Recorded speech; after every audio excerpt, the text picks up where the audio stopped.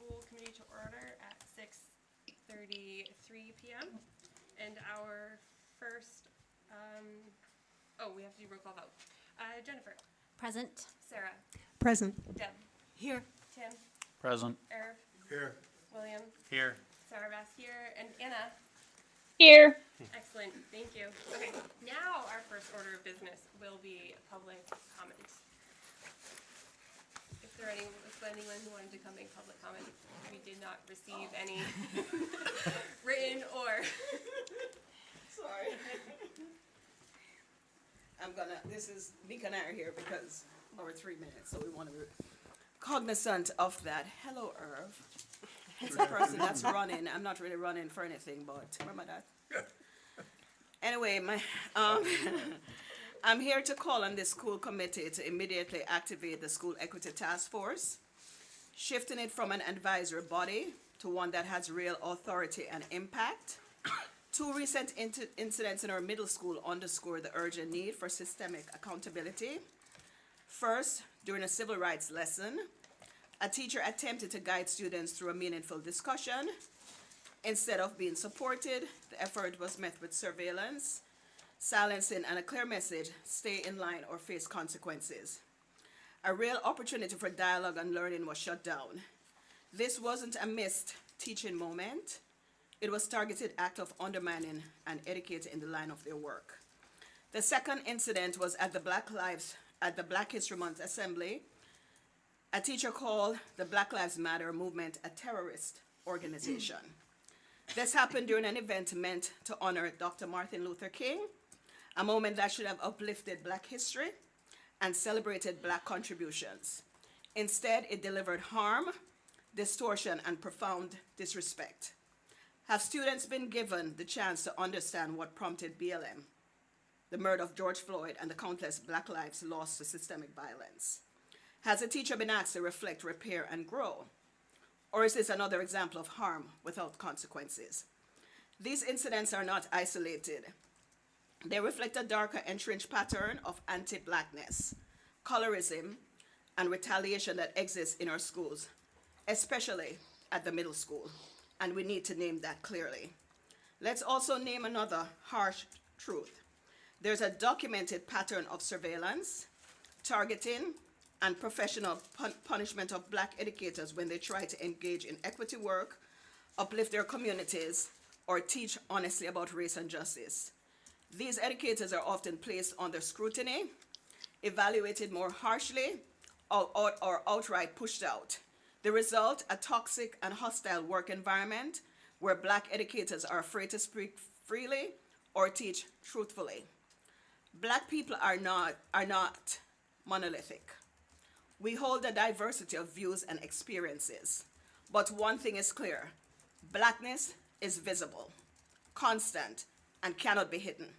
Unlike some people of color with proximity to whiteness, Black people cannot pass.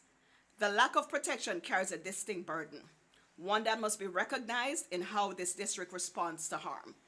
Too often, those with more ambiguous racial identities are centered in conversations around race, while those who are unequivocally Black are asked to bear the heaviest weight. This is how colorism operates, by rewarding proximity to whiteness and punishing darker skin. It is a form of anti-Blackness that we must confront explicitly and urgently. Can I yield my time? Let her finish reading. She can do 3 minutes, or I can just finish. It's not gonna be, it's just another minute and a half. Well, it's supposed to be me, like, you have 3 minutes and then the next person has 3 minutes. I'm just going to continue reading where That's fine. The message these events send are devastating. That questioning power is risky, that discomfort is to be avoided, not explored, that Black voices and movements can be demonized with impunity, and that educators who speak the truth will be surveilled, silenced, or discarded. We must do better. That means providing real anti-racism training rooted in history, not surface-level content, building restorative systems that value reflection, not punishment, creating clear protocols for addressing staff harm and retaliation, and establishing a teachable moment task force to support educators in courageous conversations. This is not about a few bad actors. It's about a system that is afraid of discomfort and allergic to truth. 11 years ago, this district failed Carolyn Gardner. 3 decades ago, it lost a civil rights case brought by the NAACP. And here we are again. Activate the School Equity Task Force. Give it power, not platitudes, and do not let this moment pass in silence. Thank you. And I would also like to say, because I think I got a little bit more time left, right? Identify yourself, because you didn't I'm at the sorry, beginning. Amika McGee, I'm a Dean of Students here at the high school. Georgia Thank you. Malcolm. All right, thank you. I would also like to say that, I believe a lot of what needs to happen, rests in policy. I've mentioned that to a few school committee members, that we need policy around anti-racism. We need policy around equitable work in some of the, ways we manage things, especially in human resources. And I think that will help, because I think that policy provides the superintendent with a platform for making procedures that will work. And so I think the school committee has some work to do around policy that can guide us to where we need to be, because this seems to be consistent and persistent over the years that I've been here, that Georgia's been here, and even before we got here. When I was applying for this job years ago is when the Carolyn Gardner incident was here, and those who've lived in Amherst long enough know that it's just a cycle of these type of things. So the question is, how do we fix it? And not because we have a black superintendent, it cannot be on her, because they also want to push her out. So, I mean, people are leaving. Hold on, it's my turn. So, I would just say this, our Unit C black males in the middle school building, every single one of them has been accused of inappropriate behavior, either with a colleague or a staff member, every single one. So do we believe that's the case? 7 out of 9 of the black women that work in that building have been accused of inappropriate behavior. And I say 7 out of 9, I'm including central office, and I'm including even our own superintendent. So I just want y'all to think about that. 7 out of 9 black female educators, every single black male Unit C member in that building has been accused. And I've had the unfortunate experience of having to represent them over the years. So it's something to think about. There are the numbers. Thank you. Good job.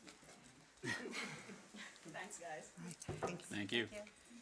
So I did not receive any written or phone call, public comment.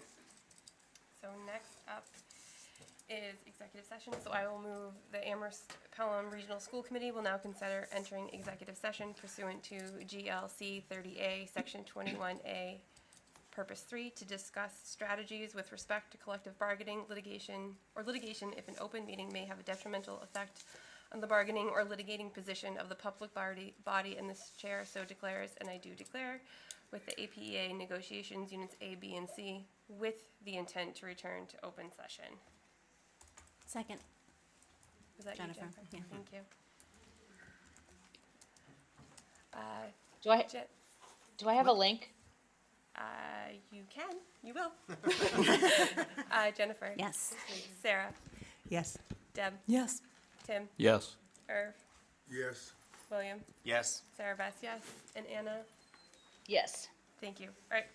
We are head to executive session, and then we shall return.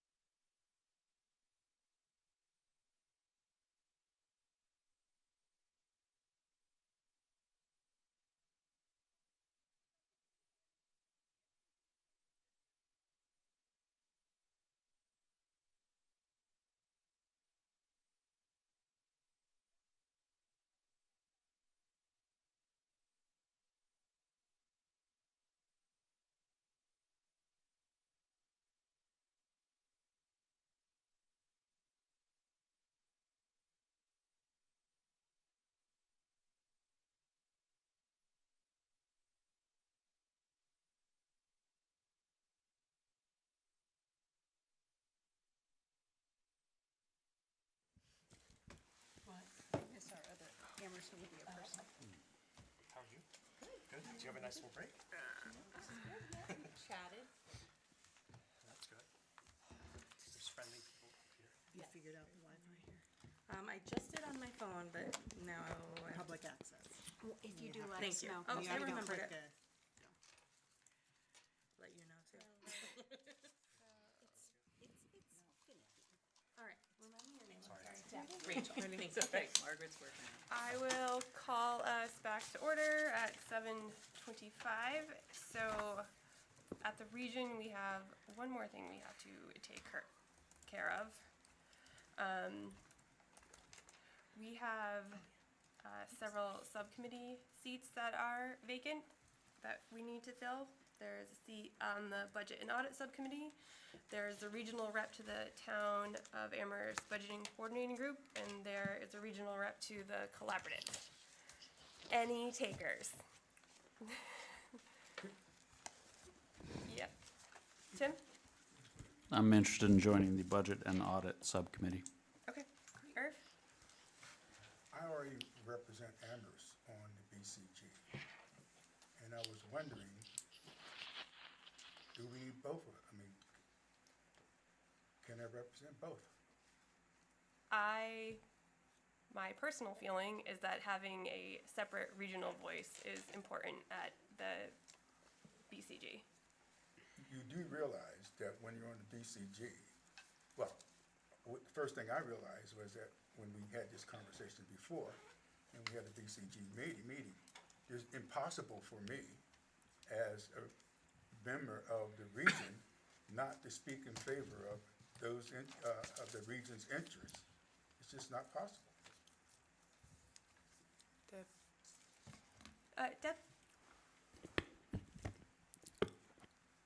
The BCG met twice this year, and I fully expect them to redo its charge before they meet again. That seems to be the direction that they're going in because of the competing charges between FinCom and BCG. BCG was a carryover from town meeting days, and there was just this long discussion about it, so I don't know if it's worthwhile spending a lot of time and energy on at this point until that For right now. Yeah. Do you know when they may do that? Nope. Some future tomorrow? Next year, I don't think it's really high on their to-do list at the moment. Okay. That's just a sense. Sarah, I see your hand. Well, just I think the charter requires that committee, so it will. I expect it will exist in some form. Maybe Sarah Bess will just revisit this when it's coming back to life. But I expect it's done for this budget year. Yeah. Who knows? Done for the.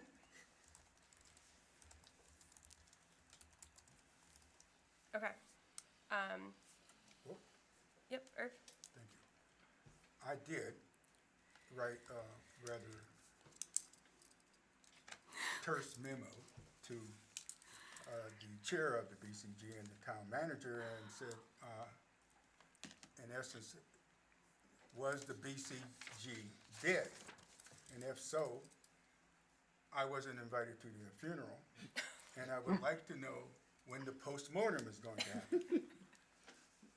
So the president of the town council then got back to me and said, no, it isn't dead. And we will be taking, I'll find her response. But she did respond back to me. Jennifer? So, first, it's the chair's prerogative to appoint subcommittee members. So you can choose to do what you like, Sarah Bess. I know you're asking for volunteers, but you can decide. And I think Deb's right that the BCG charge might be changed, or not the charge, but the practice might be changing because I believe that some counselors feel there's a little bit of contradiction or overlap between what the finance committee does and what the BCG does. But I agree with Sarah and Irv that the BCG isn't going anywhere. It's still going to be a committee.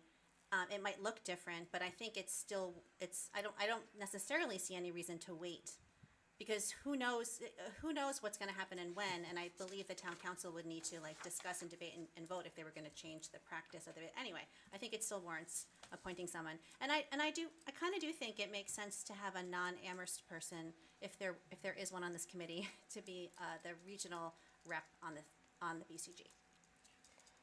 Who's the BCG, the budget and audit subcommittee? The BCG is further down, the representatives, the Budget coordinating group. coordinating group. Oh, okay. It's an Amherst, Town of Amherst committee. Is Yeah. it on here? Yeah. And, Oh, no? no, it is down there. Agenda item Tim- 1D. Town of Amherst Oh, Budget Coordinating okay. Group Regional Representative. Sorry, the This is acronym a was getting me, and I was trying to find Very it on long this title list. on there. So now it's just Okay. West Tillman, Right, it was Tillman. and Hannah Hurd is back up. And Anna is back up. So, Oh.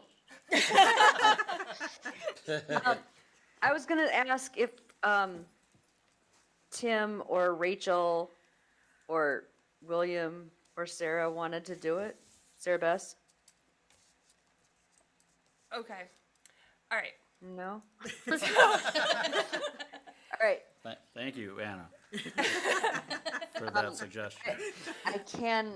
I can be the volunteer if there has to be one, but let me know if it's actually needed. Okay, so how about this? I agree with Jennifer. I think having the regional representative to the BCG be a non-Amherst person is a good strategic move. So, Anna, if you will, it sounds like they'll probably not be doing very much for the very near future. So, Anna, if you would continue to be that representative, and I will be your backup if you need backup for it, that is fine. I don't mind falling on that sword. And Tim, if you would Well, like to be the budget and audit subcommittee, that would be great. And then, do you have that up still? I What do. is The Collaborative. The The collaborative, it's collaborative. up to three? Yeah. We have two currently, Oh, because it was Tillman, myself, and Bridget. I feel like 2 is good. Unless someone wants to be the third, right? If there is someone who would like to be the third, then I think that's fine. But Can anyone share how frequently, like, what does that look like? Once a month, Okay. could be virtual, could be in person.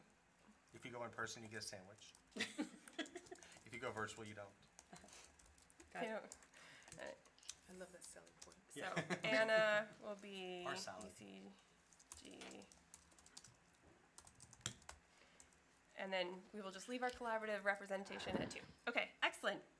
Thank you all, Am I up? fellow chair people. I would like to call the Amherst School Committee to order at 7:33. And we are all in person, so we don't need to do roll call. And I would like to call the Pelham School Committee to order at 7:33. We're all here. All in person. Okay. Excellent. So approved minutes. I didn't finish them this weekend. Are there any school committee announcements or subcommittee updates? No. Do you have? Is the, evaluation on the agenda, sorry? Yes. Okay. Okay.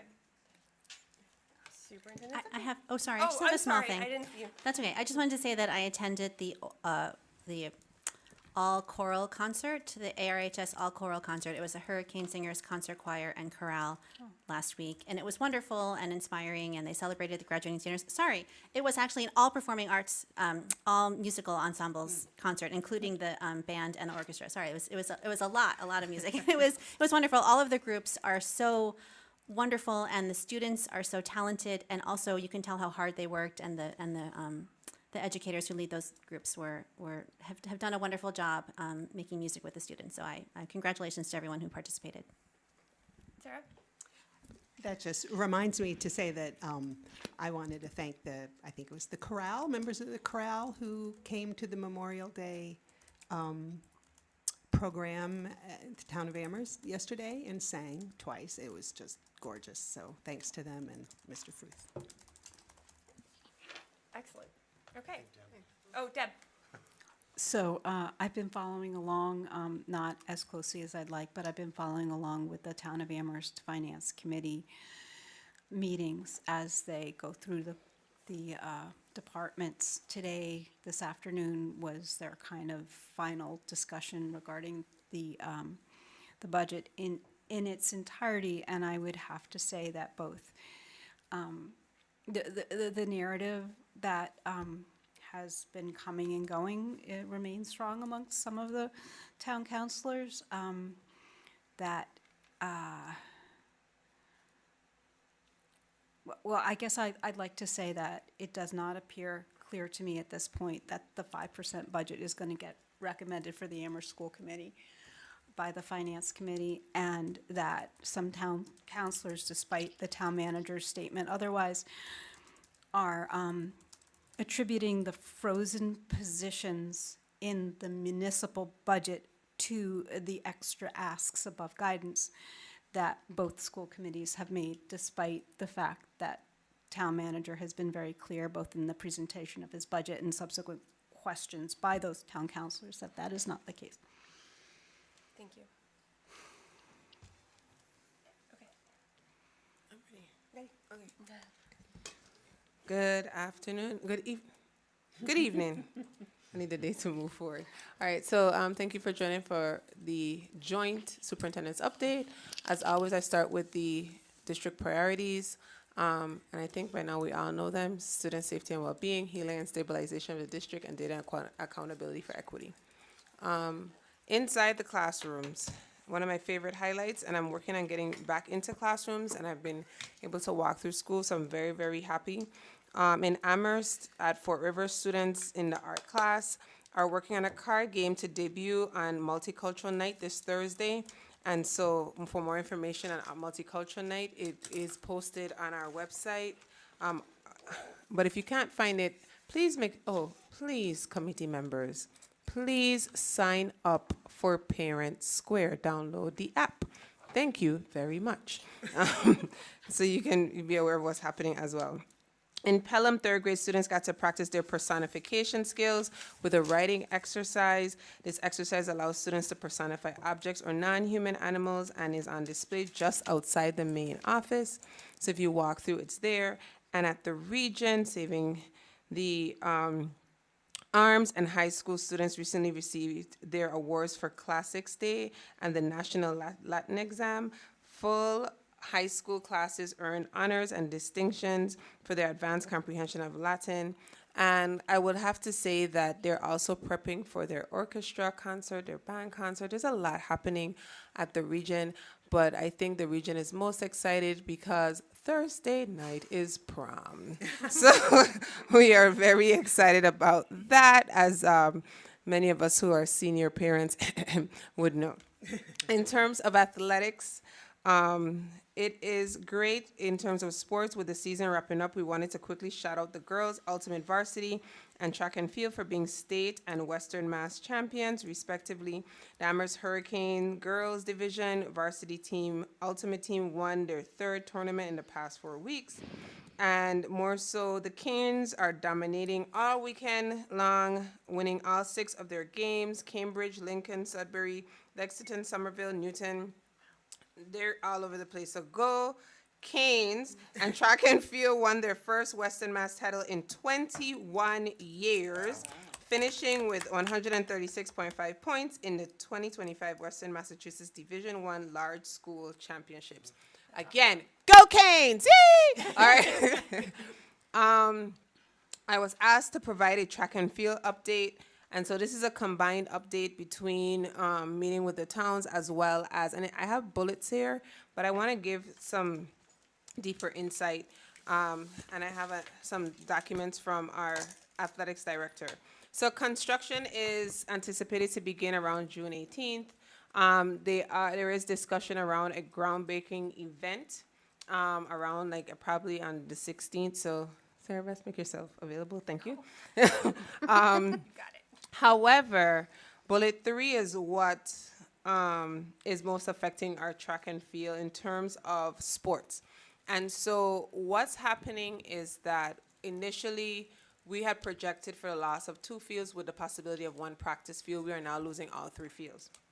And so to address the temporary loss of 3 home fields due to the construction, Victoria, Shannon, Georgia, I think some parents may be involved, are all trying to find out how do we identify one. We're working with Shannon to identify possible funding for field rental options, working with Victoria to write out what are some possibilities. So I asked her for a layout of thoughts in terms of different fields. She's reached out to UMass. She's reached out to, I think, Hampshire. I think to Holy. She's reached out to everyone. There is not anyone that she has not reached out to.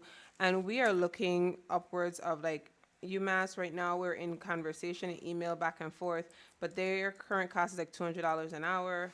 Hampshire College is like $80 an hour, but that would only be practice.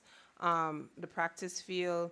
Amherst College usually allows us to have their fields for free, but I heard their teams are just as great as ours. So what ends up happening are that we are able to squeeze in when they don't have games or practice. So as excited as we are to have a new field, there is some impact to sports. But I want to guarantee the community that our athletics director, the finance team, will work with the regional committee and around possible budgetary changes that we would have to come up with, and some discussions around how we will be able to look at rental fees. So we are making initial contact with these entities. Victoria has been emailing and I've been CC'd. We've been in conversation. Our next step is for myself as a superintendent to write direct letters. If anyone on the committee has any contacts that they think or they can share that we should reach out to around these field rentals, please let us know. We're exploring funding sources, sponsorships, fundraising, community grants. We're looking at expenses, like I said, and Victoria shared, we've shared, this is the first year that athletics has had to line item their budget. So we're really looking at what that impact is going to be. Next. All questions at the end? Yeah, write them down.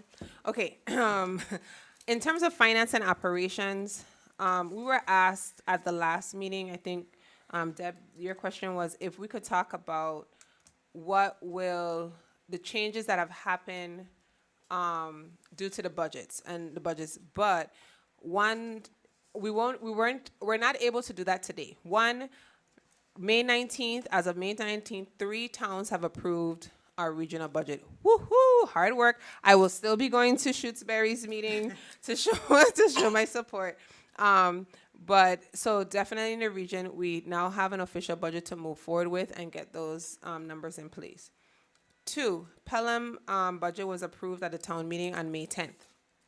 3, Amherst, we are still awaiting that town vote. So we technically, even though the 5% we presented those changes, we technically would be better able to discuss the changes that have happened, reductions, restorations, once we have completed and approved budgets for all 3. So I wanted to say that we're not, like, we are going to work towards meeting that request of the committees, but we would need to have our budgets approved to make sure we present what those changes would be. The next thing that I wanted to say, and there's a memo that's attached to my update that I'm going to encourage the school committee to read. We had come to the committee months ago to talk about the clean energy and the busing and all of those things. In any good practice, before we sign a contract, we had legal review the contract. The contract has highlighted some concerns for our attorney as well as for the team. And so some of the critical concerns that have come forward is the high, number one, everyone who knows me, I'm all about risk. So high risk for the district, and it's not a typical contract that schools sign. There are high termination fees in terms of if we want to terminate the contract, especially in our first year, of over $1 million. We weren't aware of all of these contract terms until we really started to hash in and go through the contract with a fine-tooth comb. And it's not ideal in terms of if we don't enter it, there's a potential for loss of grant funding. But if we do enter it, there's severe risk to the district in terms of financial implications and where that would put us. We cannot release as public records requests without their knowledge is one of the things. And we know that Massachusetts is a public records request state. So one of the things that is in their contract is if someone asks to release the contract or something, they don't want us to release it without their knowledge. And we're kind of like, hey, that's a part of the state. Law, that's not us. So they rejected us removing that clause. And so there's a risk for hyperinflation. There is a clause of yearly rental increase if the inflation rises above 6%. This is an unknown cost factor that we can't budget for. Strict reimbursement deadlines for maintenance reimbursement. In discussion with my team, and you guys know how I feel about my team, Shannon is not willing to sign, so I am not willing to sign, and I do not know if me and Shannon are not willing to sign, if that means that the chair would be willing to sign. If a bus goes down, they will only reimburse up to 20% of the contract year. So at most it's $10,000 or so. But if the bus is out for more than 21 days in a given year, every day after that is a higher contracted transportation cost to us because we would have to pay $436 per bus in our contract versus what they are willing to give us, which is about $100 per day, per bus per day. So there's really not an equivalent in terms of what we would have to pay out if one of the buses go down. So in essence, so the attorney has highlighted some additional concerns. And I know that this has been a push because of our clean energy push within the towns and everything else. But we really need to take, again, intentional steps when it comes to projects and things that are moving forward. So I wanted to bring this as it comes to our attention. The team has been working back and forth with the attorney, with the contract, but we are at a standstill in certain points.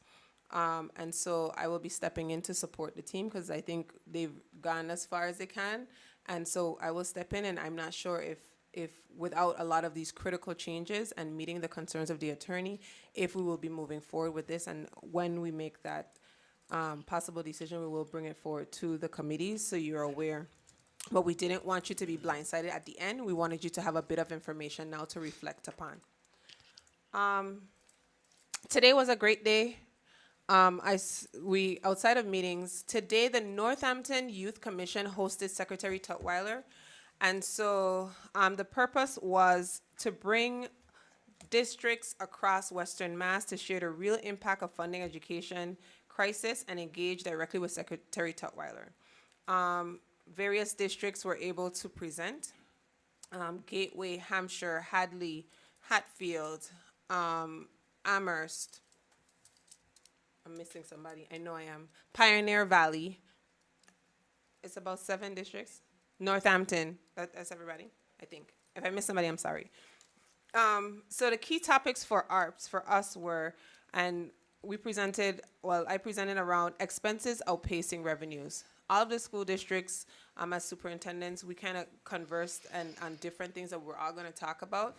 And because all of us are being affected by the same things.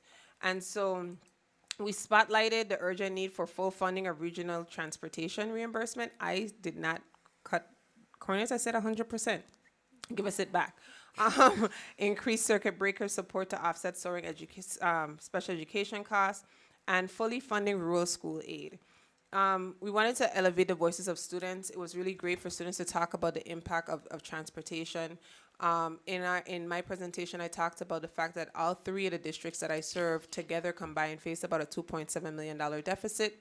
And I talked about the impact of health insurance. I talked about the impact of COLAs. I talked about the impact of the different expenses that we have that are they're just consistent costs to us. And so they're not something that we can shift to the side. And so it was a really great conversation. He was able to express to the whole room around the fact that Chapter 70 is actually a law. And so engaging with the legislators around reopening Chapter 70 and looking at the funding. And once that is done, then he and his team are willing to actually work and move forward with the legislators. And so that was a part of today, but I wanted to show that as a combined Western Massachusetts districts, especially rural and regional districts, there's still advocacy in terms of getting more funding and coming from the educators.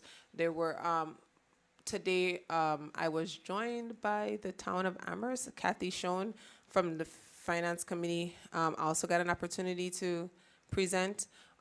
There were students who presented for other school districts, principals, other superintendents. So the conversation, I feel, was rich around how do we support our schools, especially our rural and regional schools.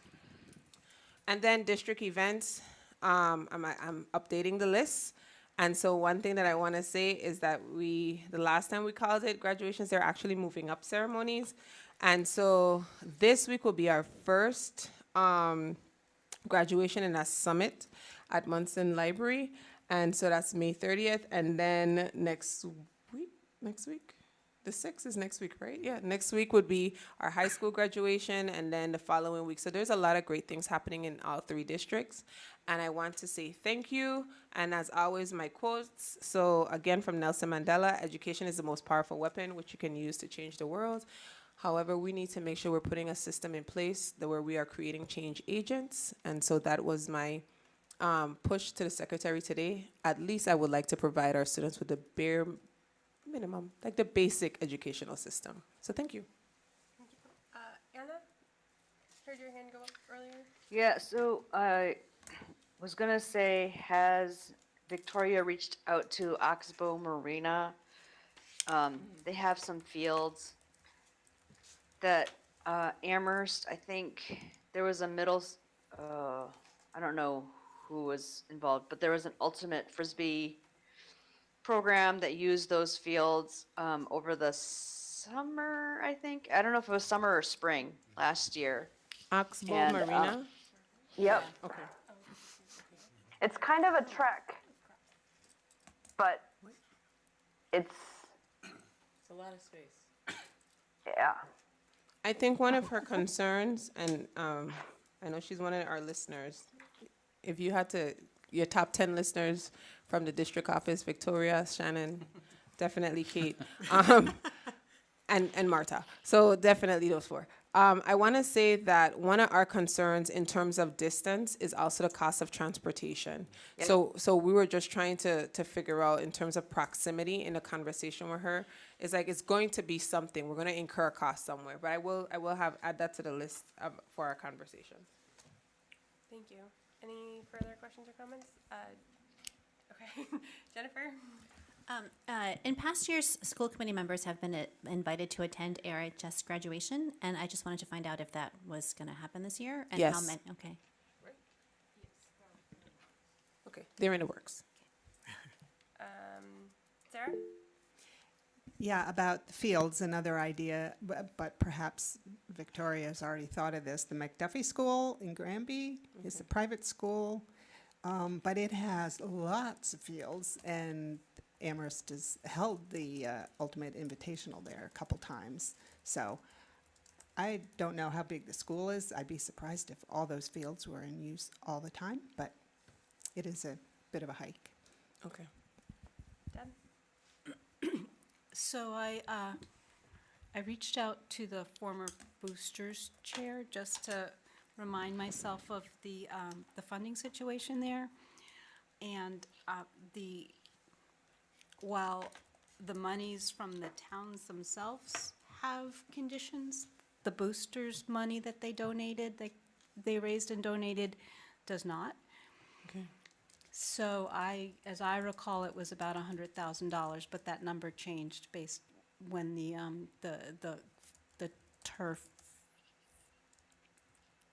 natural grass thing came up. But I believe that once the contingency went down from 10% to 5%, if there's money in that budget, then that money is available. And I assume they just wrote us a check, the boosters, and that it is in something. So. Okay. I'll look it up. Tim, did you have your hand up? Yeah, but I think Anna did first. Yep, I have Anna on the Okay. list. I think you said that there would be documentation to do with the field from the Director of Finance. Did I hear that correctly? Is there any documentation about that topic that you raised that we can look forward to? No, I said I combined what I received from finance and operations into my, but I do have something from the athletics director. I'm so I sorry, can, that's what I meant. Oh yeah, so athletics. I can share what she sent to me to prepare for today. I Yeah. can share that with you. That'd be great, thank you. Okay. Did you have your hand up also, Irv? Yeah, in South Amherst on Potline, there's a giant field there. And I know that there's a lot of youth practices and games that go on there, as well as recreational use of that, but it's a giant field. Okay. Anna? I had a question about the bus contract.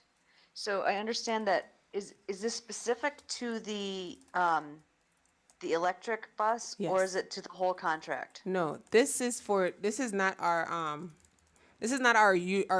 transportation contract that we just went out to bid on. This Okay. is for the electric buses and for the installation of the charging ports and all of those things. Okay. This is something that this company actually went and got a grant, and so that's where we're at. Okay. All right. Anything further? Deb? Following up on the advocacy for increased state funding, I think Jennifer forwarded something to some of us about an advocacy opportunity. On June 3rd, the Joint Committee on Education will be reviewing or holding a hearing on the rural school bill, and local chairs of the rural school something that Sarah Bess has been connected with are requesting as many people participate. You can sign up remotely. I think they're trying to fill the room. But June 3rd, and at 1 p.m. is the hearing, and there's a registration link that I think closes sometime on June 2nd that I can send. Anything? I further? had something else too. So I was very excited to see the Parent Square advertisement notice that went out about the college futures position. So that was really weighing heavily on my mind. So I really appreciate that kind of assurance.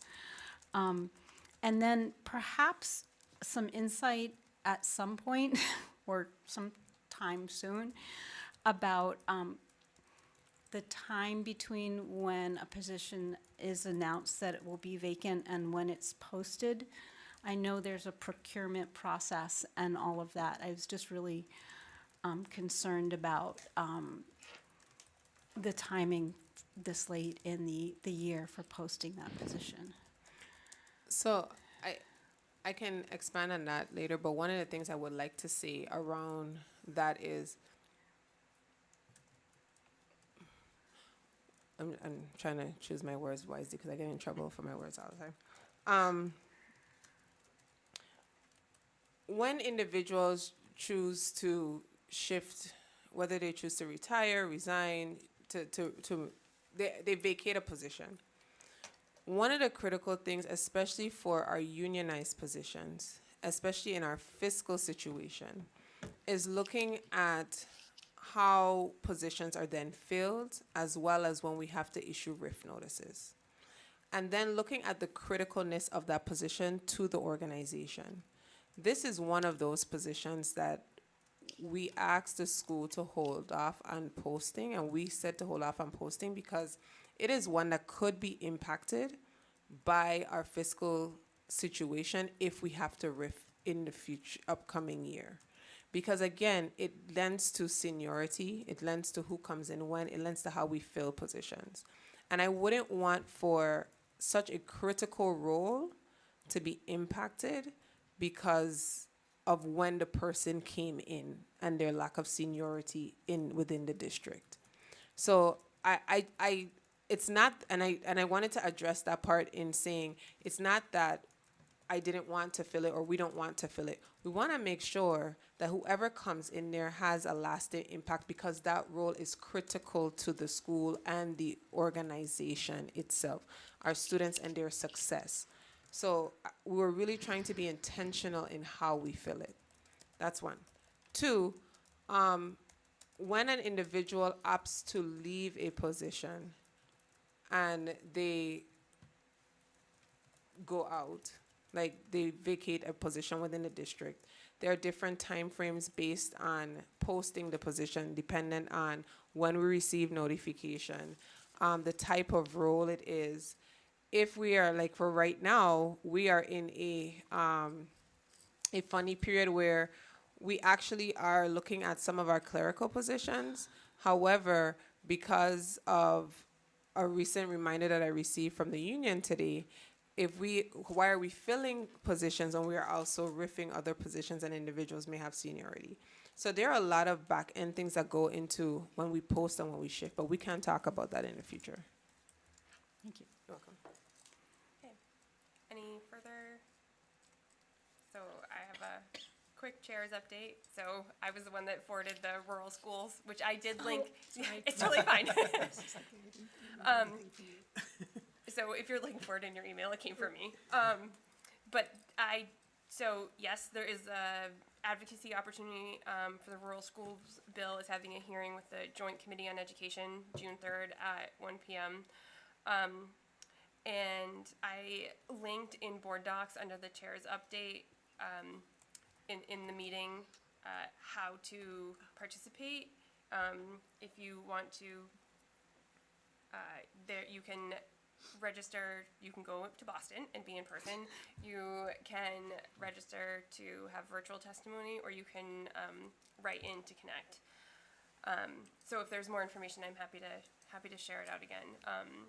And then negotiations with the APA continue to progress smoothly, and I wanted to take a moment to say thank you to all those working on behalf of the districts and the union. And then I think Dr. Z already mentioned the Shutesbury town meeting is Saturday at 9 a.m., which they will take up our regional budget. Okay. 25-26 calendar. Yes, thank you, everyone. All right, so I think it was in our last meeting I discussed the fact that there was a oversight in terms of November 4th being the Massachusetts election day. A lot of our schools are used as voting sites. So what is different on this calendar versus the previous calendar was approved? November 19th was a early dismissal day. That has just shifted to November 4th, now being a full educator workshop day and no school. So that is the only change on this calendar. Yes. Okay, so that's just an oversight on the calendar, so we don't have to like add a day to make No, up for that day? no, I Okay. just took the November 19th, which was previously a early dismissal, no school for students after thing like educator workshop, Okay. and made it November 4th full day educator workshop. Okay, just on the calendar that's posted on board docs, oddly, December 22nd is just missing, like just the 22 is missing from the square. So just, before it gets published, just pop that in. What can happen will happen. We will definitely Okay. get that in. Thank you. All right. Deb? Is your school the 22nd? Because I can. I've always been the print it out and put it on the fridge kind of person. Yes. And I haven't always had a color printer. Okay. So if you would not mind, Making a black and white version. that would be great. We will. Thank you. Jennifer? Sorry, just one other thing. I was looking at this more closely. So December 23rd is an early dismissal day, and then winter break technically begins December 24th. But they're the same color, so it almost looks like December 23rd is the beginning of winter break. Okay. So if we can just make that more clear that there is school on the 23rd. Thank you. I think what happened is as we were trying to edit the 1 month, it threw off the formatting in the other, so we will definitely get that fixed. Is there a last, I know the 18th is the last day with 5 snow days. And I know this year's calendar had a earliest possible last day listed. June 11th. And It's is on that there? And I'm Yeah. just not seeing it. No, it's the 11th. Oh, I see it. It's just really, with it's something else. really light blue. It's easy. Yeah. to see. Got it. All right, do we need to vote? Yes. Okay, I will move for the region that we accept the SY 2025 calendar as presented With edits. with, The edits, but. with edits. Second. Excuse me, did you say FY? SY, school SY. year? Schools, okay, thank you. Was that you, Tim? Yeah. Excellent. Any further conversation? Jennifer, Yes. Sarah, Yes. Deb, Yes. Tim, Yes. Irv, Yes, William, Yes. Anna, Yes. and Sarah Bass, yes. Thank you, everyone. Okay. Are we voting on this on the other committees too? I feel like, Isn't that why we're in? That's why we're here. well, I thought we were here for the superintendent's. For the superintendent's update. Um, Only the region votes. I think only the region votes the calendar. that seems that what we've done in the past. Yeah. Okay. Okay. Superintendent's evaluation tool and timeline. Subcommittee, how did that go? Hannah, you awake? So we had a form. I can show it to you. But we decided to make some pretty major changes to it. So I don't know if other people want to weigh in on this. Last year when we did the superintendent evaluation, we only voted the standard indicators that were relevant to the superintendent's goals. Or we only rated the superintendent on the standard indicators that were relevant to the goals. And the form that I had designed used all of the indicators, but referenced the goals that were more specific to different standards. So I'm going to go back and redo the form so that it is more specific to just the standards.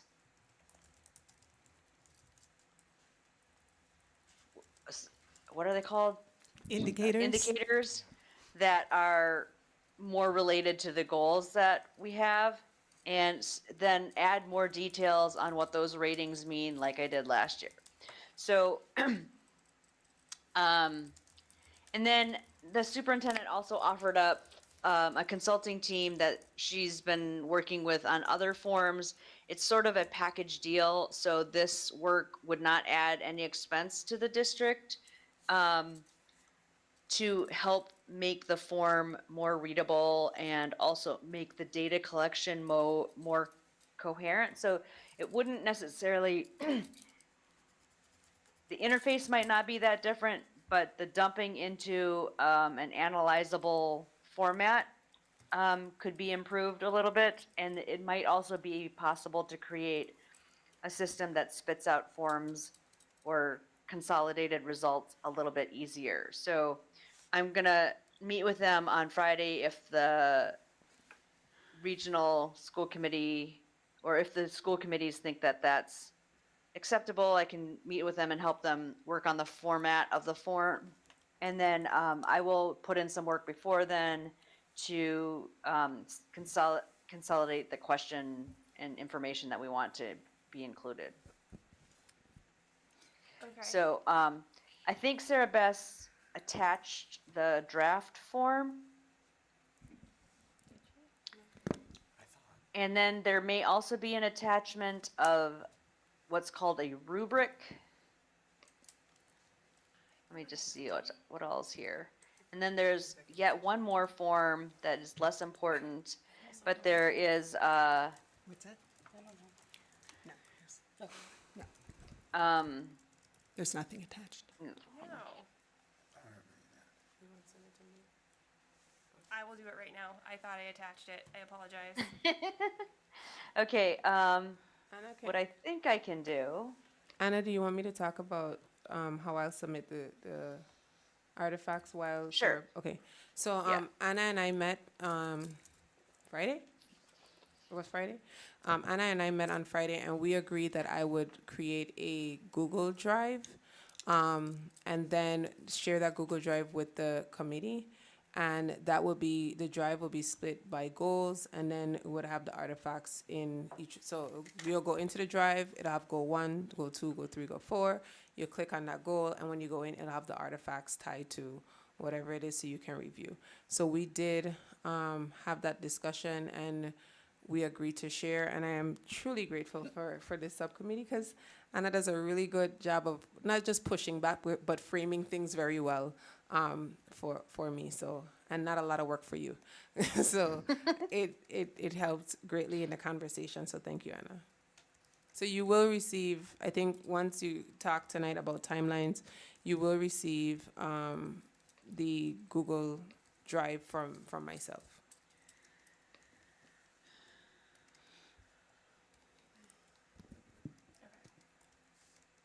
Can I ask?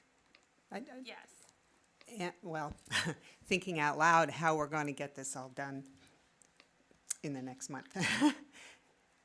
Because so- I don't know if the subcommittee should meet again just because it's public and we have to post the meeting, if we do have a meeting. It obviously needs to be ready to vote on June 10th. And then we only have one more, I don't know if we're going to need an extra meeting just to get this done, but maybe the chairs should think about that. Okay, so we do need to figure out the timeline. Yes. Is voting on the form on June 10th soon enough?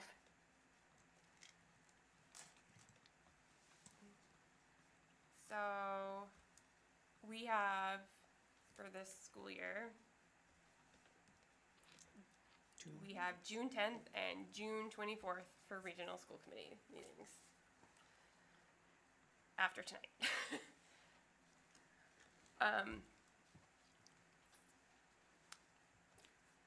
Can we summarize what we need to achieve in that time? Yes. So in terms of this, we need to vote and approve the evaluation tool. We need to have a presentation conversation about the artifacts. And then we need to have, oh, the draft form is attached now. Perfect. Thank you. And then we need to have all of that information collected and the summative report voted and approved By each committee. by each committee. So, William? I was just gonna say, since the draft form has just been completed, or attached, Yes. would it be possible for the committees to vote with the adjustments that Anna is going to make? It sounds like it's a whole new form. It's not a new form. She's taking off, like, we could even tell you the indicators that we're going to use for each goal. And instead of having all the indicators on there, it's gonna be certain ones that are attributed to that goal. And we could tell you which indicators are gonna be used for each goal. Deb? I'm not ready to vote on the specifics, not having seen it before. I apologize. I thought I had attached it. Okay. So, I will take a hit on that one. I apologize. But it Are does sound people like- able to access it now, or Yes. is it like, Nope, it's attached now. no, because sometimes people just don't have internet connection and it like rejects people, so. Is everybody able to access it now? Yes. Can you project it? Scroll. We have, oh, you have it, okay.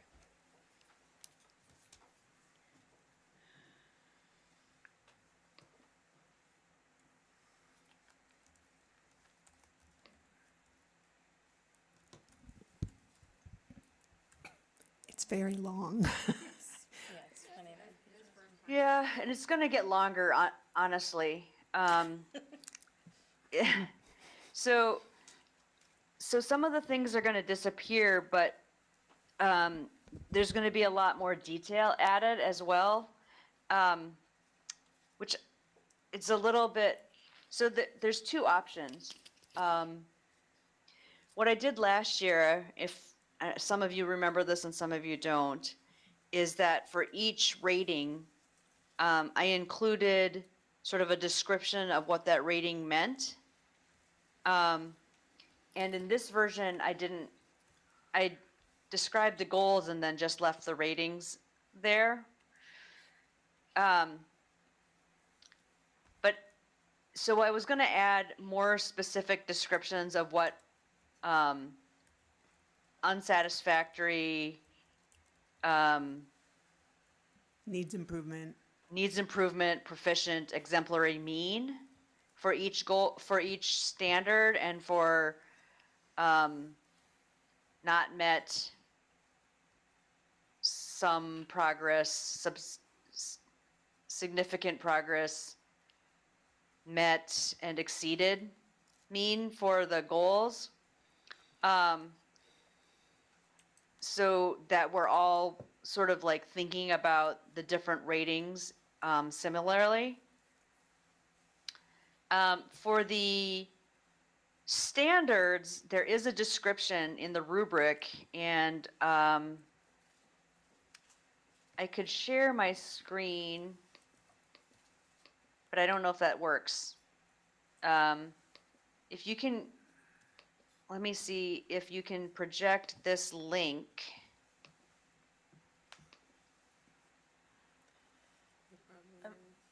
Rachel, do you know, I hear you saying that this is gonna be updated. Do you have a time frame when it will be done? I can get it done in a couple of days, but I was gonna meet with the team Thursday or Friday next week. Wait, this week?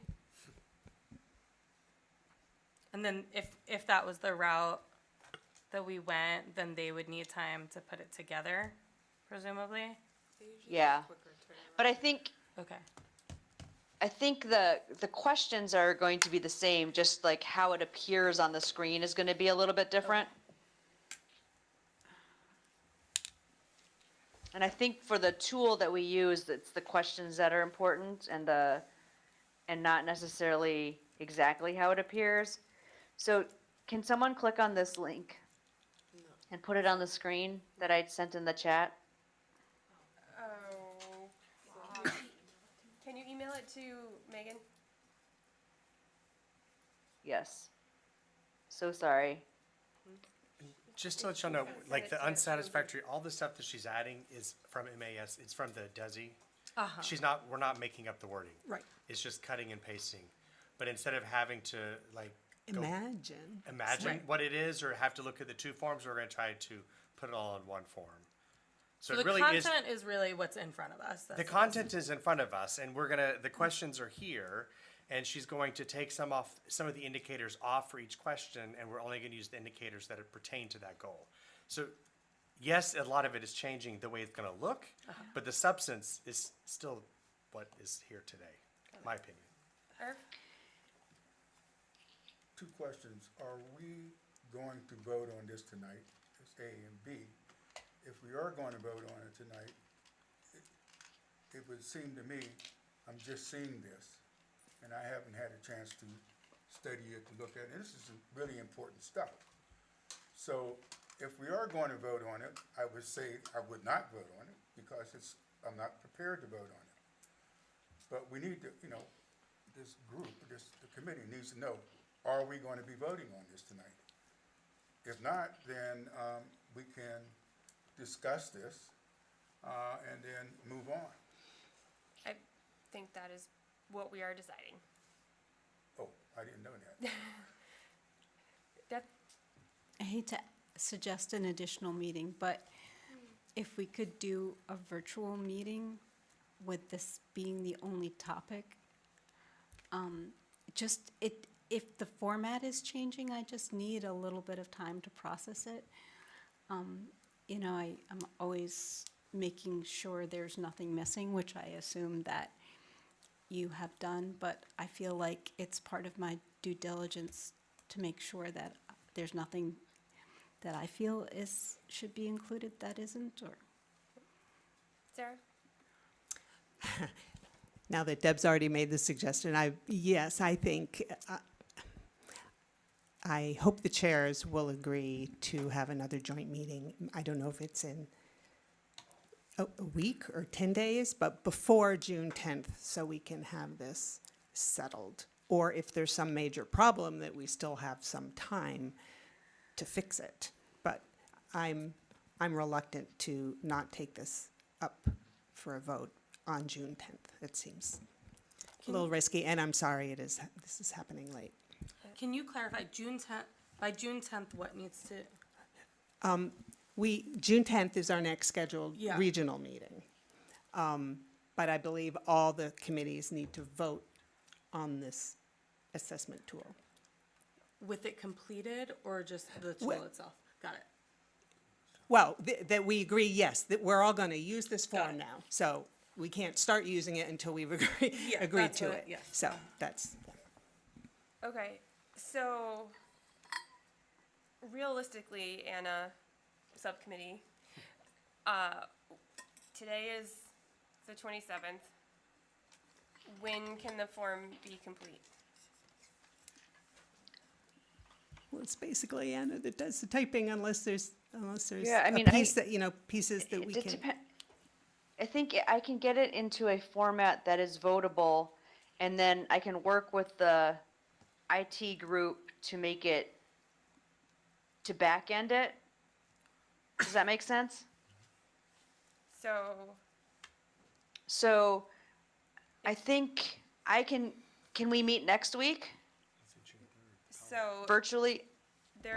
so if we meet June 3rd to We vote do. on the tool, the 10th, there's a Pelham meeting, we're just gonna have to have a bonus meeting, because we don't hang out enough. So, then the 10th would be the presentation of the artifacts. Man, that is a tight turnaround. June 10th. Okay. And then the 24th would be presentation of the summative report, question mark? So school committee members Yes. would have no more than a week, maybe less than a week to, They would have to get it done in a week, because In a week, yeah. yeah. the Yep. pulling the, chairs need a week. yeah, you need Yeah. pulling the summative report together takes some time. Quick question. So this is what working with the IT group will hopefully make pulling the summative report together a little easier. All right, Dr. Z? Quick question. Do I need to present the artifacts, or do I need to have the artifacts in a presentable manner? Like when I say that, do I need to have them in the Google Drive and email that to the committee by June 10th so you can review it? Or do you expect me to sit here and walk through each one of those artifacts? So what has happened in the past, in my experience, is that there's the day of the presentation of the artifacts, is all of the artifacts have been collected. The school committee has had some time to digest a little bit of it. And if there are questions that need to, then that's what happens. Not a presentation of all of the artifacts. More of a short conversation. There's never a short conversation. Just being honest. Okay, understood. So I need to have them to the committees when? By the 8th? Because if you're by who? The Sunday? Okay. Work-life balance. All right. So the 8th. By Friday? Well, so could I ask, because my And- question yes. dovetails with this. I'm curious, open meeting law means we need to post agenda items 48 hours, not including holidays and weekends in advance. Does that include documents? No. So documents can be posted whenever. I do try to post them as soon as I receive them. I think I had a computer glitch with this one because I Well, replied to she Anna replied and said that she I posted said that I it. had She did, posted it. yeah. So. You have a second meeting listed on Board Docs, and it was posted there. Oh. There's a second meeting about that's just superintendent. Oh, no, that was the. So. Oh, can I- okay, great. can I- But then I got could it I wrong. finish? But there's the attachment. I didn't mean, yeah. So I looked at the agenda over the weekend and there was just one document attached during the weekend.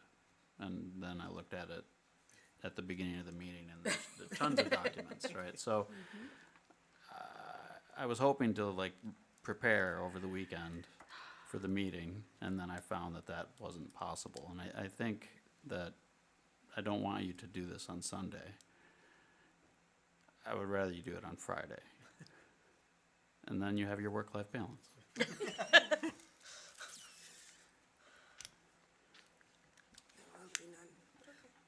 Does Dr. Z know now what, like, does Dr. Z need the form to know what artifacts to be sharing? No. So in education speak, any good teacher and many of your parents or educators or individuals yourselves who have been through classes and who have sat down and gotten assignments and often ask, how am I being graded? So you can know what to submit. I do think it is quite unfair to be that person to not have the clear rubric, but I think that I can guess what it would be. I would like to know the indicators by the final point. So I know it may not have been a request before, but ideally, even now, we don't give children assignments without telling them what it is that we expect of them.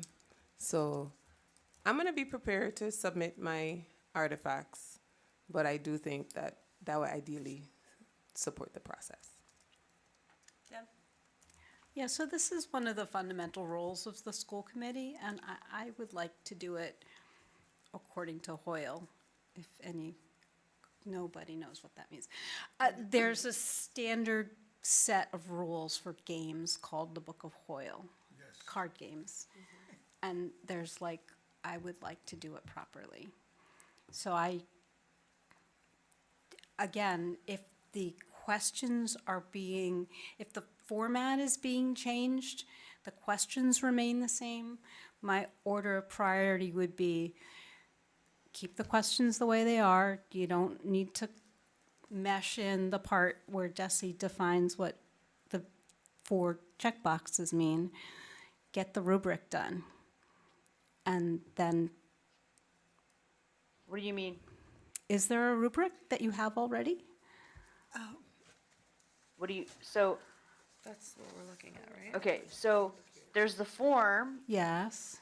and then there's, for the standards, the DESI standards, which there are 4 standards. The first one is instructional leadership. Yeah. The second one is management and operations. Right. The third one is family and community engagement. And the fourth one is professional culture. And the school committee is to rate the superintendent on all 4 of the standards.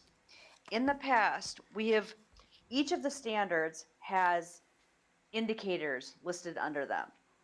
So for example, under the first standard, curriculum, instruction, assessment, evaluation, data-informed decision-making, and student learning are the indicators under instructional leadership.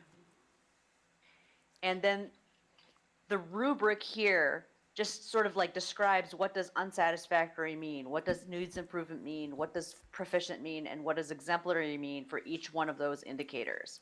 So it's different. It's constantly changing. It's constantly changing. And so what we have done in the past is to limit the number of indicators that we're rating on based on what's in the goals. So of those standards, which of those indicators have some mention or relationship to a goal that is one of the superintendent's goals? And you're really supposed to rate on the standard and the indicator, not on the goal. So like, how do you feel like the superintendent met these qualifications? And it's not about whether the superintendent met her goal, right? Because that's the second section. So then you go down past the standards section, and then there's a section based on the performance of her meeting the goals that she has set. So then you have a description of goal 1 and all of the strategies that she had named in her goal, and then whether she did not meet, made some progress, made significant progress, met or exceeded her goal on all of the, for goal 1 and all of the different strategies, and then overall, and then again, sort of overall, how do you feel like, oh yeah, so then you have goal 2, goal 3, and goal 4. And they specifically, and I think we should, next year when we're setting goals and making minor adjustments to the goals, we can organize it a little bit better. There is supposed to be a performance goal, a professional, it's like a performance goal, what's the last one? A professional practice goal, and district improvement goals. A student learning goal, a professional goal, and 2 district improvement goals, or up to 2 or more, at least 1 district improvement goal, I guess. And so we can more clearly specify which goal is related to which category, but I feel like I was able to determine that goal 1 is a student learning goal. Goal 2 is a district improvement goal. Goal 3 is a district improvement goal, and goal 4 is a professional practice goal. So we have covered all of those check boxes in how to set those. And what I was going to do is within the goals, I was going to give a little bit more description of what did not meet some improvement or some progress, significant progress met and exceeded might look like, just so that we all sort of have the same idea of what those mean. And that's not as clear in the rubric, but in the rubric that is linked here, that relates specifically to the standards and not to the goals themselves. Okay. Tim? I think it makes sense what you're trying to do. I'm just not sure we have time for it. And I think it's a good idea, but I would also be very comfortable to work on the evaluation form while referring to separate documents that explain how different indicators relate to other elements of the evaluation. And if we had a couple more weeks to work with, I would say let's go ahead and try to make this an even better form. But I would be very comfortable to vote on the form without further improvements, so long as I know what additional reference material I need to be looking at when I work on the evaluation itself.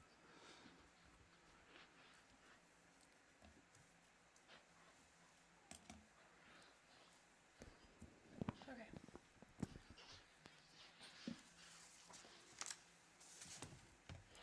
Anything further? We need our timeline and next steps.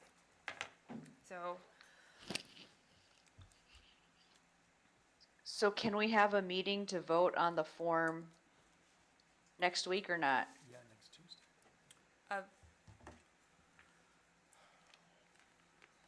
Okay, so the proposed timeline is the 3rd to vote the tool, the 10th to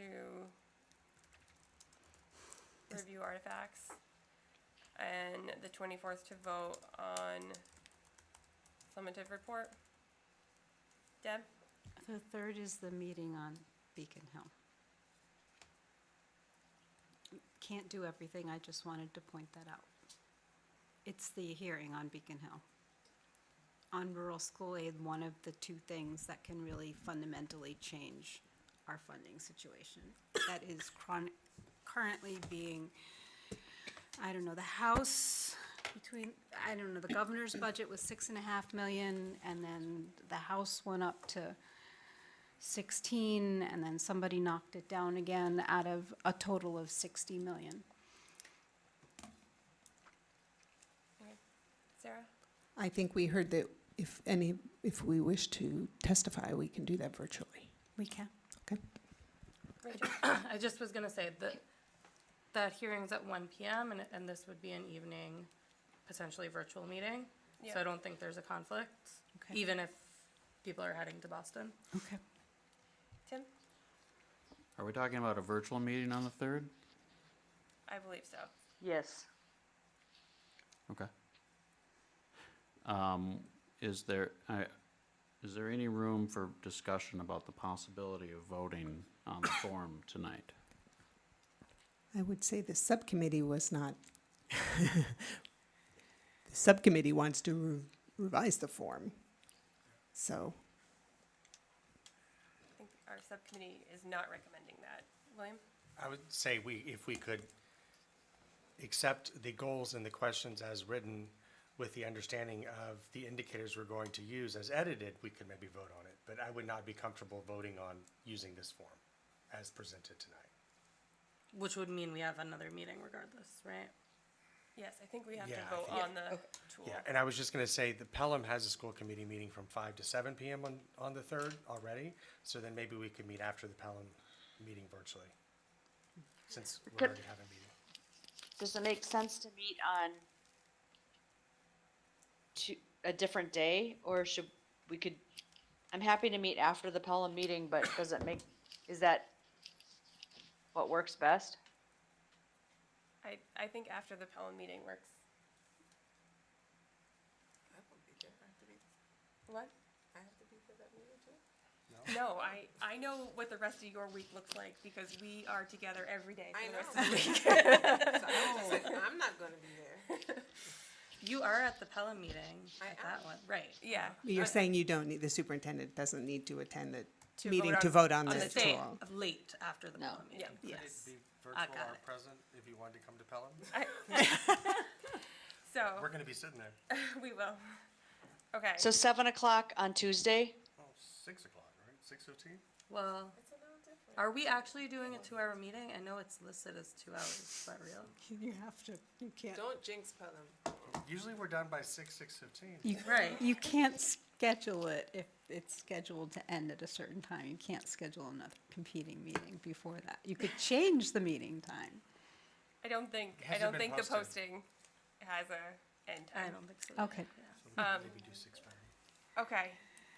So, I have to get to the Pelham band concert. The sitting chair would say 6:30 is fine, but She would. I mean, I'm the chair today. he's the chair. Okay, so, virtual meeting at 6:30 Okay. on Tuesday, the 3rd, and then 10th to review the artifacts, and then 24th to vote on the summative report. I would just say, Anna, we're throwing everything on you, but could you email Dr. Z the indicators that go with each one, just so that she will have a clear understanding of what most likely will be voted on ahead of time? I think they're all listed. Dr. Z, you have access to the form, right? In the emails I've sent around? The draft form? Yeah. Yeah, I have the draft form from Board Docs. I think all of the indicators are referenced in the first half of the form. So under the standards, all of the, I wrote the goals that are most related to the standard, and then I referenced the standard indicator next to the goal that it relates to. But I also emailed the document that has all this nice chart of the rubrics. Oh, it's also and the now attached to the agenda. Okay. Okay. If I have questions, I can call you. Yep. Good job. Jennifer? And then just to plan ahead, then the June, when are we filling out the form? Between the 10th and the 20th. Between the 10th and the 17th, and then the chairs can have the 17th to the 24th. To prepare a The summary. summative. Gotcha, thank you. I am making suggestions so we have somewhere to start from. I am not committed to these days. Okay. But I have until the 6th. Yeah. I'm on. To the I'm morning go- of the 9th. I'm going. Yes, I will say the 9th because the 6th is graduation in the evening. So the 9th. Okay. Okay. Okay. I will. I mean, you can start populating the artifacts before the 9th if you can, just putting them as they are ready into the Google Doc or the Google Drive. Because I think if you put them all there on the 9th, and then we have to, I plan come to with follow our questions on the plan, 10th. Anna. I plan to follow our plan. Okay. But I'm okay. saying that the link, like in my mind, the link needs to be finalized and sent. So I'm gonna start populating, organizing, doing all of those things like we had agreed upon. But it just, Okay. yeah, the link has to be sent.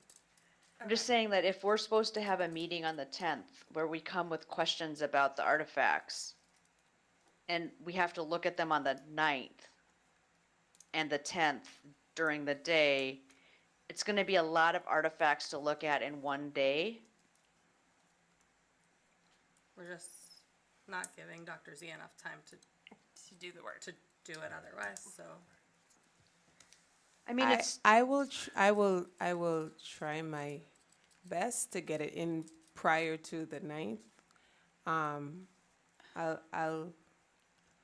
get it done.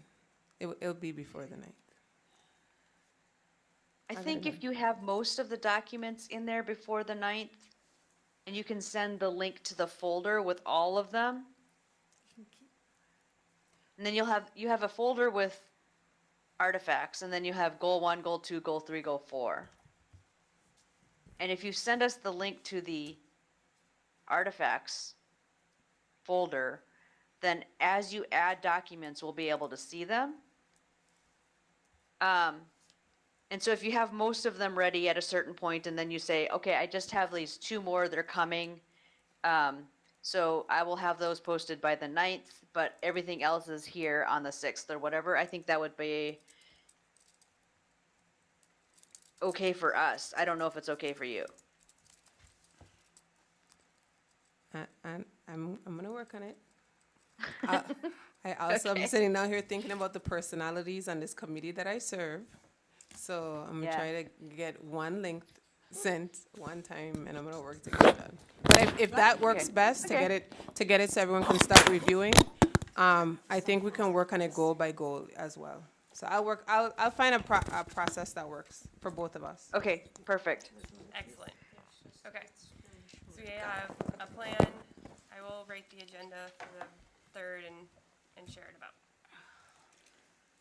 Excuse me, that needs to be a joint, Yes. yes, sorry. Yeah.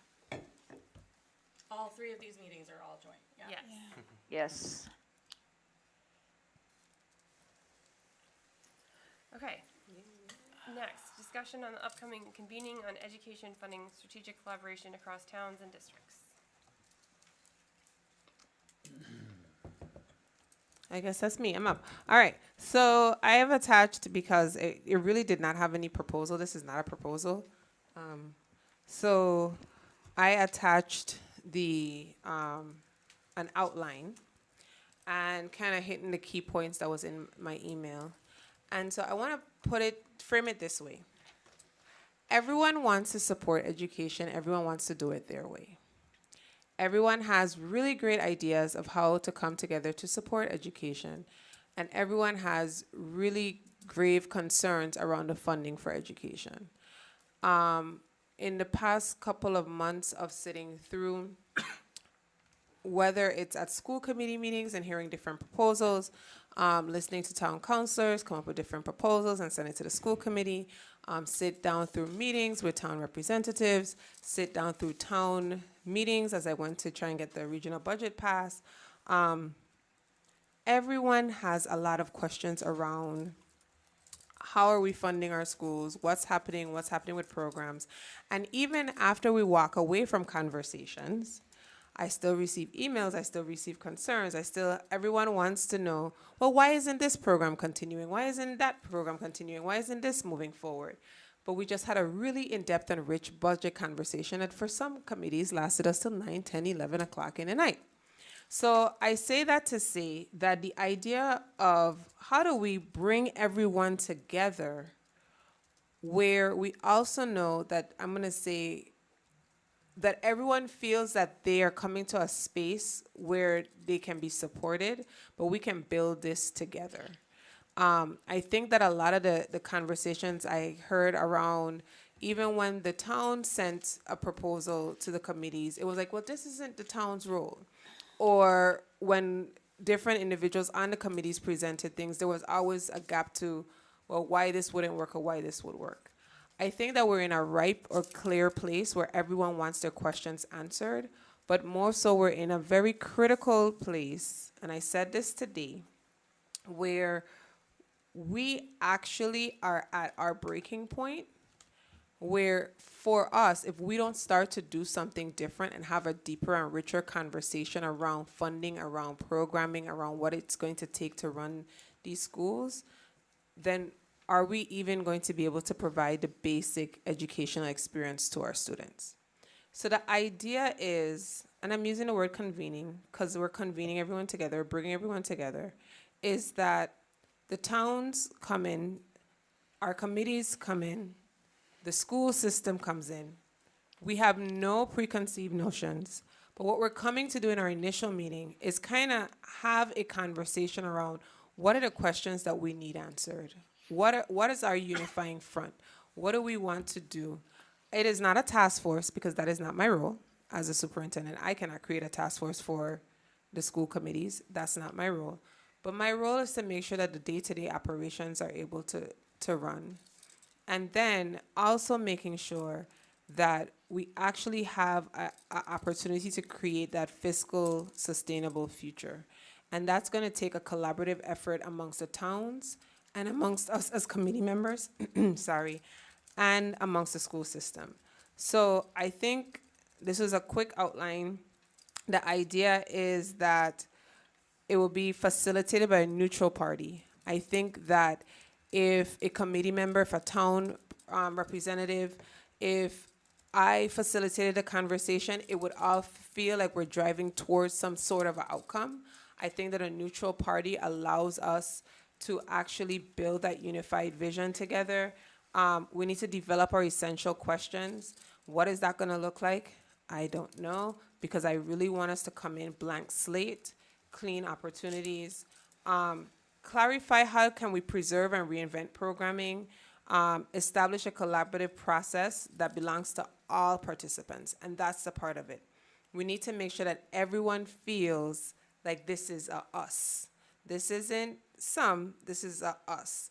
And so suggested invitees, school committee members, Amherst, Pelham, Region, 3 committees. I serve 3 committees. So I need the Amherst committee there, the Pelham committee there, and the regional committee there. And then kind of like 5 representatives from each town to represent the town bodies, superintendent and our financial team, and then a neutral facilitator. And what are our guided values? let's not come in with preconceived outcomes. If we walk in, it's kind of like the IBB model a little bit. If we kind of walk into the process, like the only outcome I think we all want is how do we educate our children?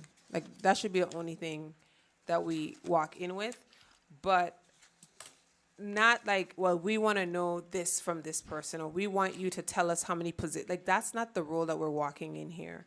A unified front across districts and towns, transparent collaboration, and shared ownership of the process and outcomes. And so that's the outline for the convening, and I open it up for discussion. Jennifer? Dr. Z, thank you for this proposal. I think this, overall, I think this is a great idea, and I'm looking forward to it, whatever shape it's going to take. I have a question and then a comment. What is the thinking behind the 5 representatives from each town? Go ahead. Is it limited to 5?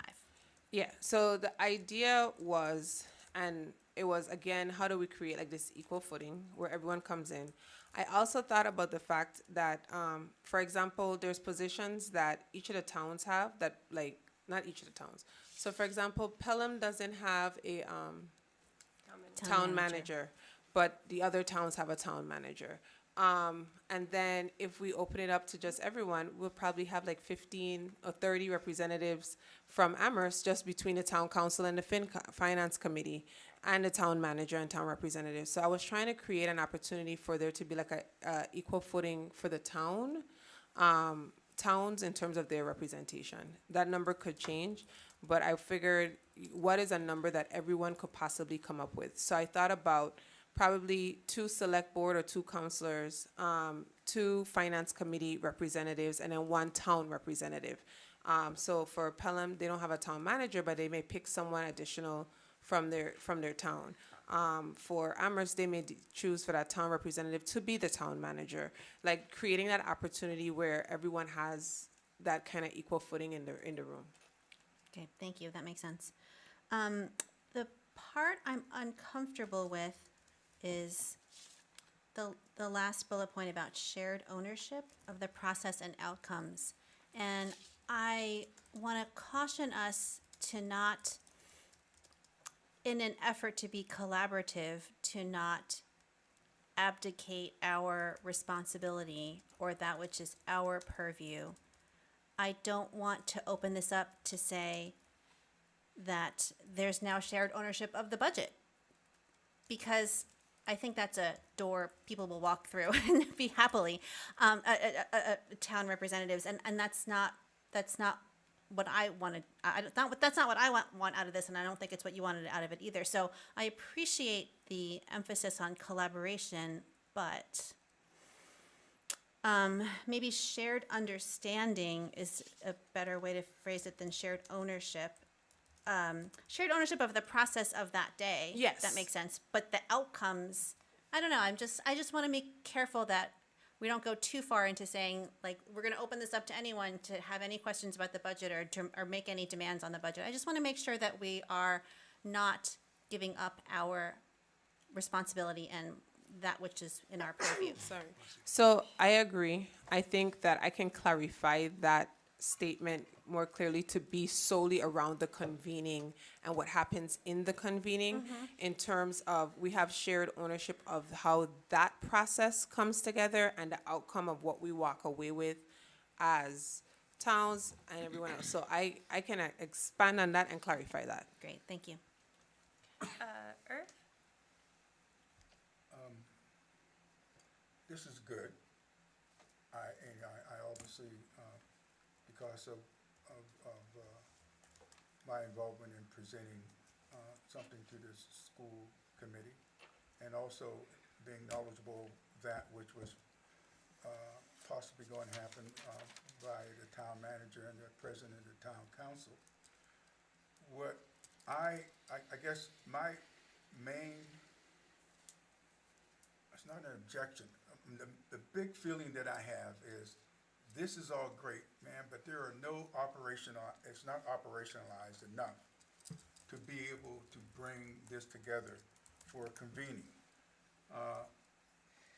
Because there are no definitions given to the areas that you've outlined, like building a unified understanding of districts, town, and fiscal realities. What does that mean? Same for each one of those. How do we even begin to talk about those if there are no guides in terms of the conversation that we're going to have? Otherwise, we can spend the first session with the neutral facilitator going through, defining all of those things, but not getting to what we're really thinking about that we want to get to. I would not wish to have all of those questions come to fore at the time of the meeting. In other words, I believe this is good. It needs to be fleshed out a lot more. It needs to be some operational concepts and definitions needs to be in place so that we can understand exactly what kind of things are going to be discussed and under what conditions we're going to discuss them. More importantly, what is going to be the result, what is going to happen with the results of this meeting? Are the results of this meeting, which aren't spelled out in terms of the objectives, how will the results of this particular convening be utilized by the other towns, by the school committee, by the town councils, or whatever government bodies involved? In other words, I'm just saying it's a great idea, but there's just there are a lot of things that just need to be fleshed out and put into it so that we can more fully understand it to go along with this. So I'll start off by saying that in my initial email to all three committees, I did outline that I had met with various entities, attended meetings, and included meeting with Desi, who recommended that we reach out to MARS, the Massachusetts Association of Regional School Districts. In speaking with MARS, since sending that email to the school committees, they have actually facilitated some meetings very similar to this. And they have certain work that they've done to help guide the conversations. They are very much interested in facilitating this for us, and they do have outcomes. The reason why I wanted it to be very open and built collaboratively is because one, and I attended, I'm going to start off with one town meeting where one town versus the other town, one town felt like, to me, as if one town was bullying the next set of towns into doing what they wanted them to do. There's also the conversation directly that I can say where individuals feel like the school committee doesn't take into account what the towns think, and the school committee wants to tell the towns what to do. So I figured if we come together in a process and be facilitated in a way where we decide what the clear outcomes are, without abdicating our roles, then it's an opportunity for buy-in and collaboration. I've also, in the conversations that I've been having, I know that each of the towns have been calling for a 4 towns meeting to be called again, specifically to discuss the regional agreement, specifically to discuss financing. And so I understand that there may be some wiggle room for us to come in and create outcomes together. But I also know that we have to create it in a way, because I am not going to sit here and act blind to the fact that there are also personalities and who we like and who we don't like at play. There are people who, no matter what I say, no matter how great my intentions are, no matter where my heart sits, do not believe because of whatever they've heard or they want to believe or not interacted with me that I don't have the best intent. So if I tell them that putting a Band-Aid on this sore is going to help them keep their finger, they are not going to put a Band-Aid on that sore because it is coming from me. However, there needs to be often a time where someone can come in and facilitate and mediate a conversation for us to get us to that common point. And I think we are there. I think everyone is interested. I think everyone is open. And like I said, from the conversation that the team has had with Mars, they have facilitated for other regional districts, for other districts, rural districts, these conversations, and they seem to have an initial first step or guiding steps to get us to where we can come together and have a common outcome. So, Could you share with us what you just said in terms of Mars already having facilitated these kinds of things and the process they use, the outcomes they we're looking at? That would make me a lot more comfortable with this than I am right now. but again, the idea of the outcomes is that we can all agree on the specific outcome that we would like to have between towns and the committees and the school system. So the outcome, but I will share whatever I guess I got from Mars. I just want us to understand that the idea of the convening is for us to come to a place to collaboratively agree on how we are going to move forward to craft these educational systems. So I also want you to understand that as a superintendent, there are 3 committees here. So I am willing to 100% move forward with 2 out of the 3 committees, or 1 out of the 2 committees, or 3 of the 3 committees if we need to. But I do think that it is a critical point that a lot of even the towns are asking for these conversations, and the committees have conversational pieces. If there are specific outcomes that you feel that you want us to try and drive towards, let's be mindful when you come into the room, we'll all be asking the question, what are the outcomes that you think that would benefit us? And we can kind of popcorn that out. Like, that's the idea. Well, I would like to know, where does the town see themselves in the next fiscally in the next 2 to 3 years? I would like we are creating the opportunity to actually have all of our questions answered and facilitated. Thank you. Deb.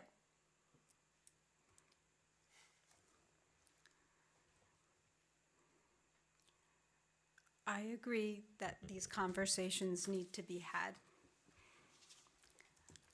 I like parts of this, but I'm gonna ask some questions.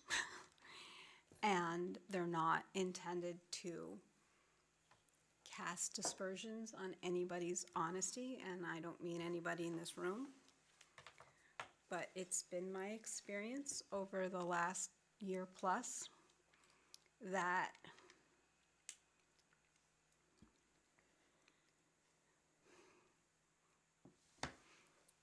the transparency that is being sought from a town, from the school committee, is not a two-way street. And I have a hard time believing that what is going to be brought to such a convening, in particular, bullet point number 3, exploring what each town can sustainably contribute, is going to have evidence that support it. So I feel like it needs to be more of a two-way street, where if they're asking to dig deep into our programs, there's a lot of unresolved questions that I have about the town of Amherst budgeting practice. One of them being, I mentioned that I've been listening to a lot of these FinCom meetings. The meeting where the head of DPW spoke to his budget, and he indicated that by the end of April, when he was out of operating, that there were other places within the town budget to fund his needs. We don't have that. So this is why I'm saying, 4% is 4% when it comes to us. Is it really 4% when it comes to other parts of the operating, especially when there's a very large part of the town's budget that has very little accountability associated with it? I'm talking about the capital fund. So I don't believe that I know the conversation needs to be had, but I need proof. I need proof of honesty. I need proof that when the town manager says to the town council that the freezing of the positions in the town manager's budget is not due to the amount that the schools collectively asked over, and the town manager says again and again, it is not, that the amount of money that the 1% above guidance that the Amherst School Committee asked for is coming from free cash. The 0.81% above guidance that the Regional School Committee is asking for above guidance is coming from a reduction in that budget line of the capital budget from 10.5 to either 10.46 or 10.64. And then counselors, including this afternoon at 2 o'clock, refused to take their town manager's statements and insisted that the freezing of the positions is just not one. This is Finance Committee. This is a committee of 4 people. And will make recommendations to the greater town council on whether or not to accept these budgets. That particular individual basically said, that's not true. So we have a real, it's like things don't, it's like the reality of the seats we sit in somehow don't carry over to the other side of town. And I know that needs to be resolved, but I don't know if this is the way to do it. There's a trust issue. There's a just listening to people issue. I need to know that when we're in this, that there is a well-defined understanding of the legal roles of the school committee and the town council. Because from the way I read MGL, it is the role of the towns to vote a budget line, a bottom line. And it is not even clear to me that any of it should be, well, the regional budget should be processed through the town manager's office. So there's a whole part of legality I think is concerning to me. There's a whole part of the town charter that's concerning to me, that our purview, I was elected in a town-wide election along with 4 other people to have these conversations with you and you and you and you about the needs of our schools and to come up with a budget that satisfies that. And I get that we can't ask for stuff they can't afford. But the idea that in yet another finance committee meeting, another town councilor is dead on focused on getting the middle school and high school schedules to align with each other. Mm-hmm. Not only is that so far away from their purview and maybe even our purview, but it is so unrealistic in terms of yielding anything financial. And we had very extensive conversations in this room about what giving up the team model meant at the middle school. And we chose not to do that. We chose to prioritize almost everything else at the region. I mean, the other way around. Chose to prioritize the team model as best educational practices, which is our job and your job, at the expense of almost everything else. And then to have town council apparently not even have listened to our meetings before making these kinds of pronouncements is extremely distressing to me. So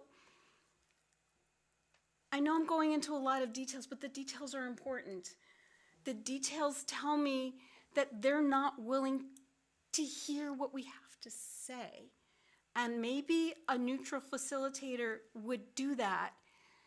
But we've gone around in circles about what declining population means, what ESSER funds could be legally used for. There's just so much fundamental data, basic information that we are so far apart on that I think this is more than we can do right now. I think we should do it, but I think we should think very carefully about the structure and the goals and what can be accomplished in a 2-hour period with this many people. So I want to say a couple of things. I've sat down through a series of finance committee meetings, and I think out of all of the towns, I've sat through the most BCG finance committee meetings at the town of Amherst, including even town council meetings. The one thing that I've learned in sitting at those meetings, or even sitting at these meetings, is that in 2 to 3 minutes, you don't often get the opportunity to ask the questions that you need to ask across the table, which is a lot of the questions that you're asking right now. And the idea of this convening is to create the atmosphere for some of those questions to be asked and often answered. I also feel like there's opportunities in terms of some of the work that, again, in working with Mars, that they have done in other regional districts where they've done financial reports and like did some research around like town finances and stuff and brought that clearly to the table. So again, maybe some of those answers may not be answered directly from the town, but a lot of that public information could be pulled in a different aspect of a report. I think that there is a lot of there's a lot of blurred lines when it comes to roles, responsibilities, and what everyone needs to be doing. And in terms of when individuals feel that they have the best intention at heart in terms of, oh, well, or the best idea, or this is what really should be happening in the schools, without taking the time to, 1, look at who we're serving, 2, looking at how we're serving them, and 3, determining if the program that we had, not because it was a long-standing program, is the best possible program to move forward with.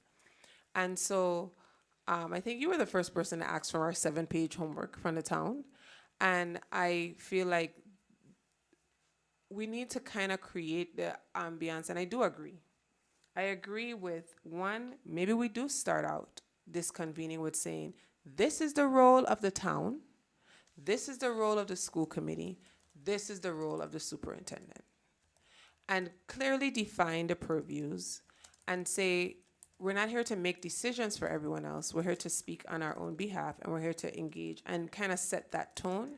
I feel like that is something that is resonating in this conversation. I also feel like the initial 2-hour conversation is to set the tone for additional meetings. The first meeting will be like the initial meeting to say, this is what these meetings are going to focus in on. This is where we're going to go. This is the data that we need to have. These are the questions we're going to answer. So it's not going to be a one and done. It's going to be initial, come together, frame the entire thing, and move forward. We may have an initial come together, and it may just implode.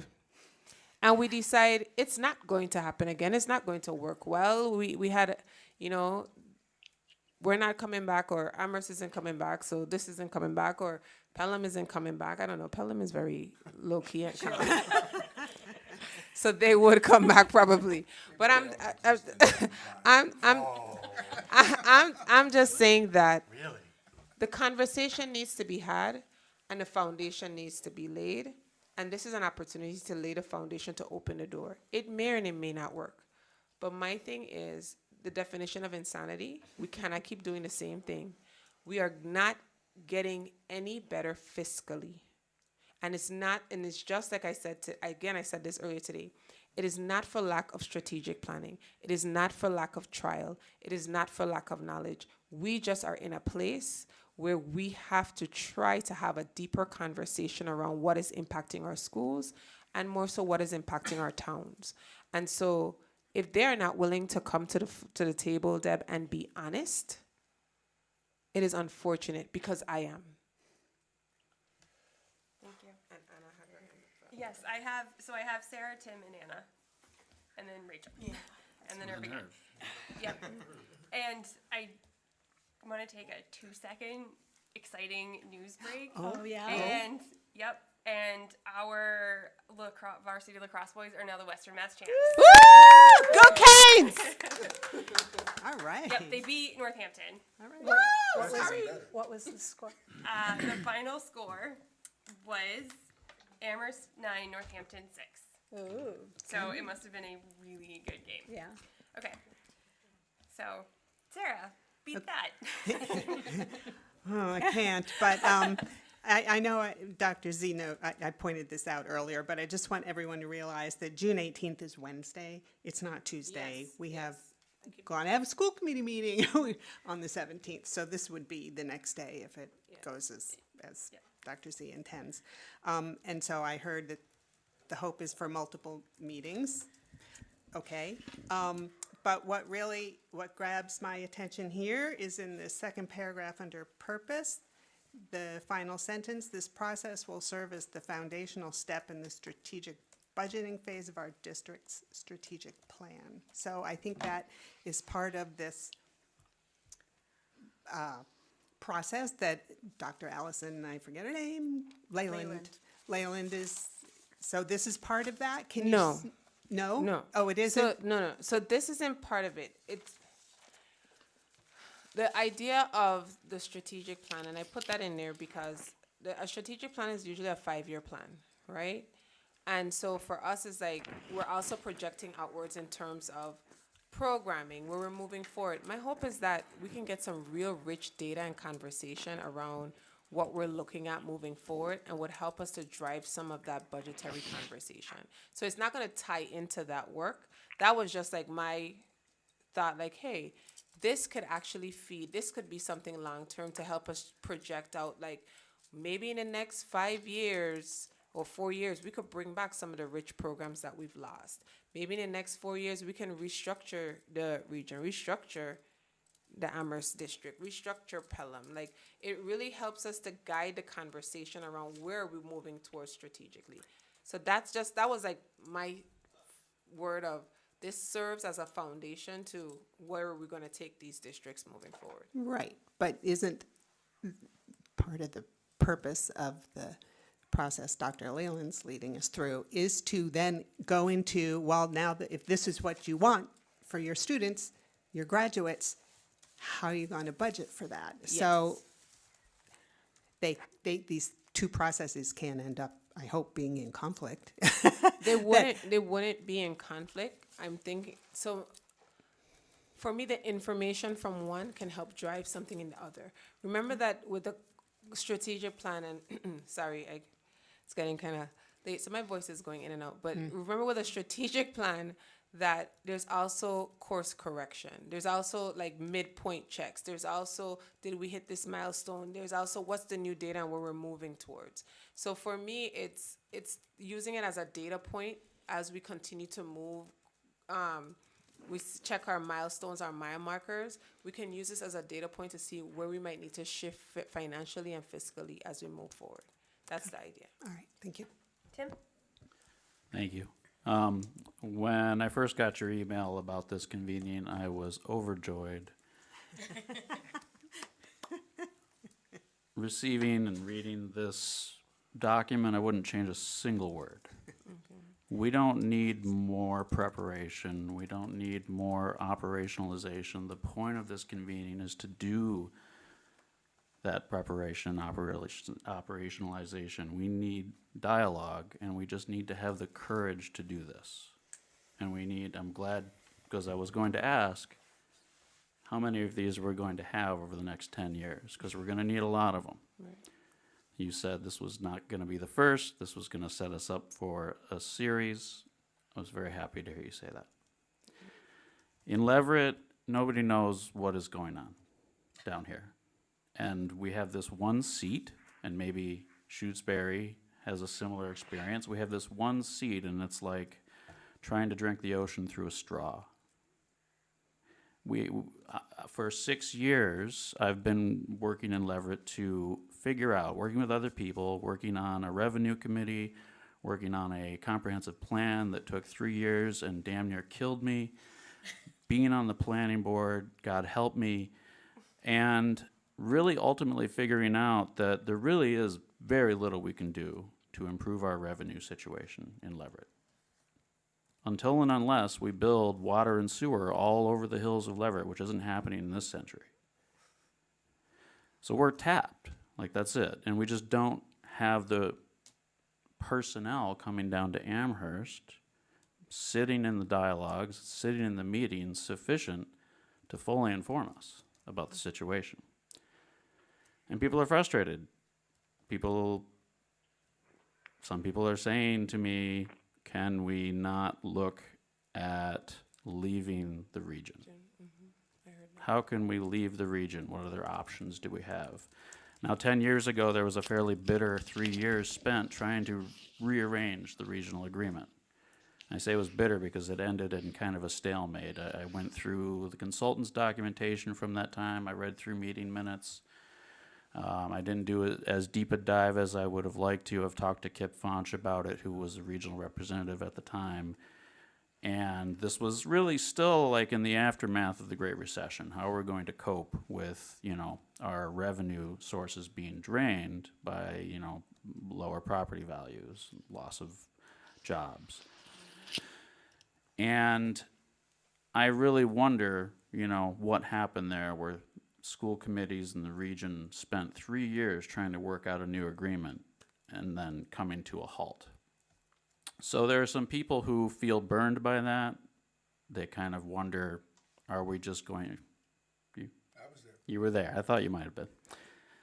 Well, Irv, don't feel burned, because I'm here now. We were burnt. It was burnt. We Came up with guardrails and stuff. Well, so now nobody understands. So up there, we've been hearing like, oh yeah, we got the guardrails, and then all of a sudden it's like, nah, yeah, you can't use the guardrails, you schmucks. Like that's that was kind of like, oh, okay, nobody told us, like, poor little trolls up in the hills of Leverett. Everyone just kind of feels like smacked around, and we would like to contribute more, and having this dialogue without a bunch of, I was thrilled to see that there was going to be a neutral facilitator there. Once I saw that sentence, I felt 100% assured by this plan. And if it implodes, I say that we take that as a realistic portrait of where we're at. If it implodes, we have to let it implode, and then we have to have the courage to work through it and put it back together. And it's going to take years. I mean, we're looking at, when I joined the school committee, when I ran for school committee, my stated objective was to ask the other school committees of Leverett to appoint me to the region so that I could come down here and push for exactly what you've proposed. So you saved me a lot of time. Thank you. I appreciate that. I had no idea how I was going to do that, so you saved me that headache too. And I've also been saying, I think this is a 9-year project. I think I'm going to have to try to win the right to be the school committee representative to the region 2 more times to get some kind of progress. Because we're in an economy, we're in a state regulatory system, we're nested in all kinds of infrastructure that are not on our side, but I also have a lot of questions about adequacy and equity of our education system. When I look at the Amherst region, when I look at Leverett, and I look at Greenfield, or I look at Springfield, or Chicopee, I mean, we're rich. we're in a wealthy town. How are we in this situation? I mean, I agree we should ask for more state aid, but I think that there are a lot of other towns that should be getting more state aid before we do. So even if we, rally Beacon Hill to increase rural aid, we're not at the front of that line. I don't think we should be. So those are other questions that I feel like are important to shine a light on. But I don't want to preload the convening, so that's all I have to say. Thank you, Tim. Anna? So, I love that optimism. Embrace it. I think you've never attended a 4-town meeting before. Not one without me. So, what I will say is I think this is a great intention, and I think it has components that if it worked the way it's on the paper, it would be fabulous. And I think, you know, to Deb's point, the sad truth is it doesn't go like this. And we get to that meeting, we're all there, and maybe the neutral moderator could help. I don't know, but in our past experience, when we go to the meeting, we often don't have the people there who are able or willing to make decisions or state an opinion that reflects their town's position on anything. But there's also the problem of getting to that meeting, agreeing on something, and then going back to the town or to the district and changing our minds. Or facing the reality of the decisions that were made and realizing that even that's not good enough. And so what I'm saying is that we've come to some conclusions at Town meeting about the budget, and then we hear the reality of what that means, and then we say, well, that's not good enough, we need more money, and we're going to ask for it, which I think is what we should do. But I think what we need to do, apparently, is to not accept such huge compromises at Town meeting, because if we compromise so much at the Town meeting, and then we come back and we realize what that compromise means. It means 20 teacher positions. It means, 10 administrative positions. And it means that ultimately we're going to have to start cutting major programs. And yes, it sounds like a lot to say we need a 6% increase, but unless we get that 6% increase, we're not going to be able to, that's the reality.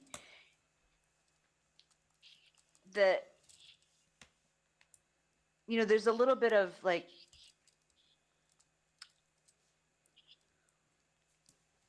I don't want to say bad player, but like, it is a little bit on both sides, I think, because we have, some towns saying we can't afford more than this. We have the school committee saying we can't ask for more than this because the towns are saying they can't afford more than this.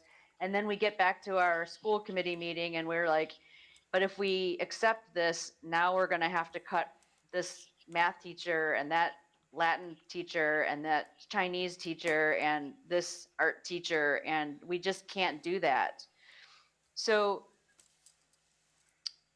I don't know how we find a way to have a more realistic and honest conversation, but it is going to involve like more detail about what different types of budgets mean for the district. It's going to need to be more detail about an honest assessment of what money towns actually have, and not just this, well, it's going to make us uncomfortable, but I think there's money in the towns that is ending up in free cash, that if there were a slightly better estimation of where the different moving parts are, that would also help. I mean, there's like so many different moving parts that just aren't really coming together when we come together at town meeting. And then when not all of the players show up at town meeting, or, you say, yes, 5 representatives, but if those 5 representatives aren't the right 5 representatives, then you're having a conversation with random people that have no influence on how the town votes in the future. And that's really tough sometimes. And so there's, the challenge is getting the right people in the room, having an honest conversation, and then taking that honest conversation and the conclusions that were drawn in the meeting back to wherever those representatives come from and sticking with those. And all of those different moving parts currently, none of them are really happening. And so what I see is we're going to have this first meeting. It's going to go a lot like town meeting. And how we start moving in the direction that we need to move. Like, I feel like the last town meeting we had, everyone was like happy. Everybody was like agreeable. It was the best town meeting we'd ever had. And now we're almost in the exact same position where we're fighting about the ultimate budget that we're passing here. And so I don't know what the solution is, but I want to be realistic about what this coordinating committee can actually accomplish. Okay, I have Irv, myself, and Sarah, and then I want to move on. Yes. So I want to say, Anna, that the one thing that I want to acknowledge everything that you said, but the one thing that I did hear that I think that everyone is going to come in with is reservations and past hurt. Because we've had these meetings, I'm here now, and Tanya says it all the time, I'm here now. We say it, that's our thing in the office, because we're here, and so we're here to stay for as long as you have us. But I too have experienced in the past 3 or 4 towns meetings where individuals, I don't have a caucus, I don't have this. That's why the intent isn't for it really to be about decision making and those types of things. It's really supposed to be about information gathering and coming together. I can't create a task force for this committee, and I started off by saying that. That's the committee's role to decide who's going to be the budgetary task force, who's going to dig deep, and who's going to do those things. I can't tell the towns to vote and to do, but we can come together and set a purpose and start a conversation around where are we moving towards, what are we doing. And so I do have the fear that it may feel like a 4 towns meeting. I do acknowledge it, and I do see how it can. I also know that if we don't start these conversations, and the first meeting again is to set the tone, to set the outcomes. Even what I've heard you say is, who are the right people to be in the room? And because it's an information gathering, maybe the people who are sitting in the room may not be the right people in the room. They may not be the right town representative. Maybe we need the finance director versus the town manager. Maybe we need someone else from the committees or the towns to be representative. I'm not sure until we go in and decide what our outcomes are and what we're truly going to come out of that convening and these series of meetings having, so that when we convene a 4 towns meeting, we're talking from a place of knowledge. I think for me, that's the thing. I've always learned in life that there's a couple of things that people could take from you. People can even take your life, but what they can never take from you is what you've learned and what you know. And that's what I want us to have. I want us to come from a place where we have enough knowledge acquired to make the right possible decisions and to move forward as a stronger and cohesive body for our children. Thank you. Irv. Dr. Z, as I said, I like this. The only thing is that I would have to throw away every bit of experience I have with small group development, every bit of experience I have with organizational development, every bit of experience I've had with this district and in school committee, to say that what I see in front of me is going to work. And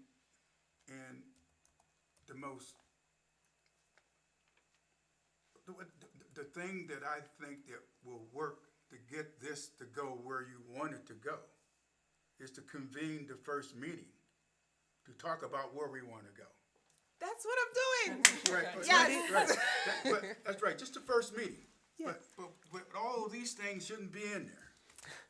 All these other things shouldn't be in there. Okay. We let's get together and say, hey, here's where do we wish to go in terms of this overall thing.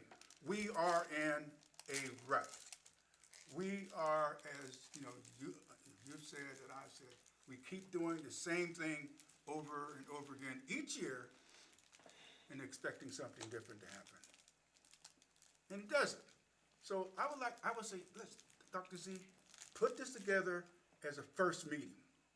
Just a first meeting so that the people in the room can decide where they want to go. I will do that, Irv. And I will take the advice of William and offer sandwiches and salad. Sandwiches. Excellent. And a lot of other drink, too. Maybe we'll get a lot further. So I just wanted to say that I support this. I think we need to come from a place of shared understanding so we can move forward to have the conversations that we need to have. And we need to have our towns and our communities buy into our shared information and understanding. And I think that having this as a facilitated conversation is the best way to start that. We can decide how we come into the room. We cannot, tell other people how they have to show up. But if it implodes, that is a lot of information, right?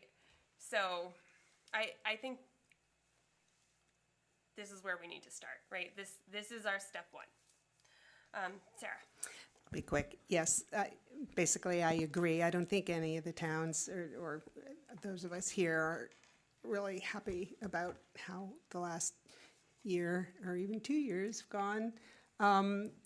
And everybody has a lot of feelings, so I think, yes, let's have a, let's have a meeting, let's have a neutral party facilitate it. I'm all for it, and I think maybe we just have to keep it a little loose because we're not the only stakeholders, right? So we can't define all the things that need to be resolved or worked on.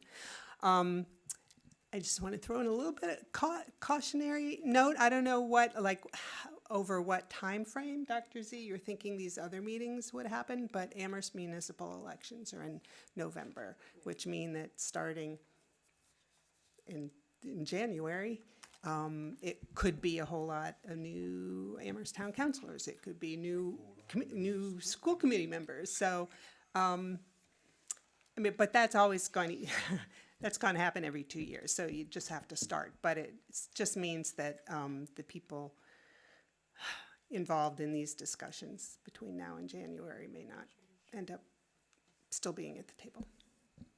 Thank you. Okay, excellent. So we do not have any gifts, we don't have any warrants. Future agenda, we have the schedule we talked about before with a joint virtual meeting on the 3rd to vote on the evaluation tool, the 10th for a short conversation around artifacts, and the 24th for presentation of the summative report.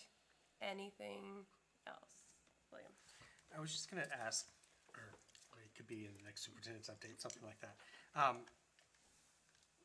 On this letterhead tonight, you have the office of the superintendent, and then I think there was I can't remember what the term was, of the 4 people, Yeah, Whatever- I plan to present that at whatever that, the not ex- interim, but it was the executive director, trial or the pilot, pilot, executive, thank you, yes. okay. So where does athletics fit in office of the superintendent? That's presented on this letterhead or in the pilot program? So The you don't have to athletics answer that now, director reports to me. but- Okay, and maybe that should be reflected? We're gonna update it, Okay. yeah. And then, could we have a presentation on what sports we offer in the region? I feel like we've had lots of questions about that. Okay. And someone who came from Texas, where sports was a bigger deal than it is in this part of the country, I was flabbergasted that we didn't offer sports in middle school. And so I would like some clarity on when did that happen? Has it always been like that? Why do we not? Is it sitting on Amherst Rec to do that? What happens in Shutesbury, Leverett, and Pelham? So maybe just a Can presentation you of. email me all of those I questions? will, about like our sports. And I think there's confusion among community people what sports are offered in middle school, and I don't really think there is anything, but there's a few, okay. So just clarity on that for a presentation. Definitely. I'd like to add the executive director job description review to our next joint committee meeting. I believe it's the role of the school committee to approve any new job descriptions. So I'd like to present that or put that up. Okay. Deb? Can, excuse me, can we have, I just lost it, never mind. There's an update on something. I think it was,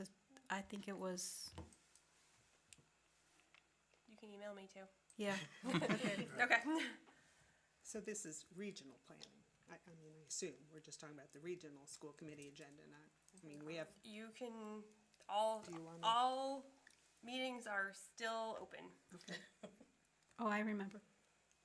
So the middle school students that came before us had 3 things they wanted to talk about that they brought to our attention, and we said we'd follow up on all of them. So one was the mold, which one was uniforms, and the third was the products, the period products in the bathrooms. I think those are the three.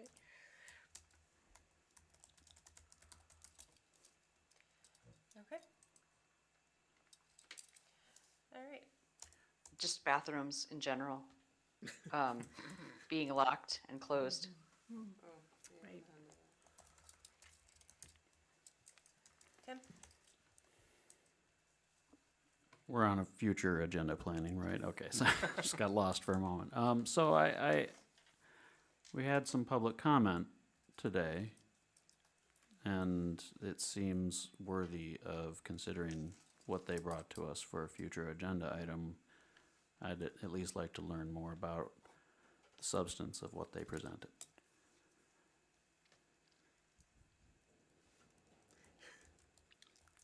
Often these require me to present something whenever, so what part of it are you asking me to? They were asking about granting more authority to an equity. Oh, that's Committee. William. No, Bridget, the School Equity Advisory Committee will have a presentation next meeting. So there is an agenda item in the works. Yep, Okay. yes, they have a report that I think is ready. So that will be, I think it's the next meeting. Okay. So this Okay. was like a prelude, a I sneak don't know preview. that they knew that. Okay. Are they on the committee? I have no idea. Don't know. Okay. Some people come and go. I'm to that meeting.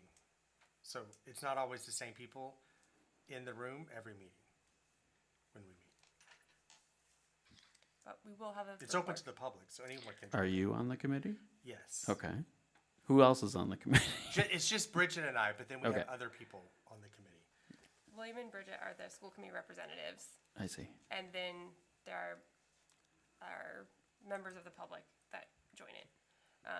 And Bridget and one of the members of the public are co-chairs, and they will have a presentation / report for us on the next meeting. Okay. Does it seem like there was Georgia and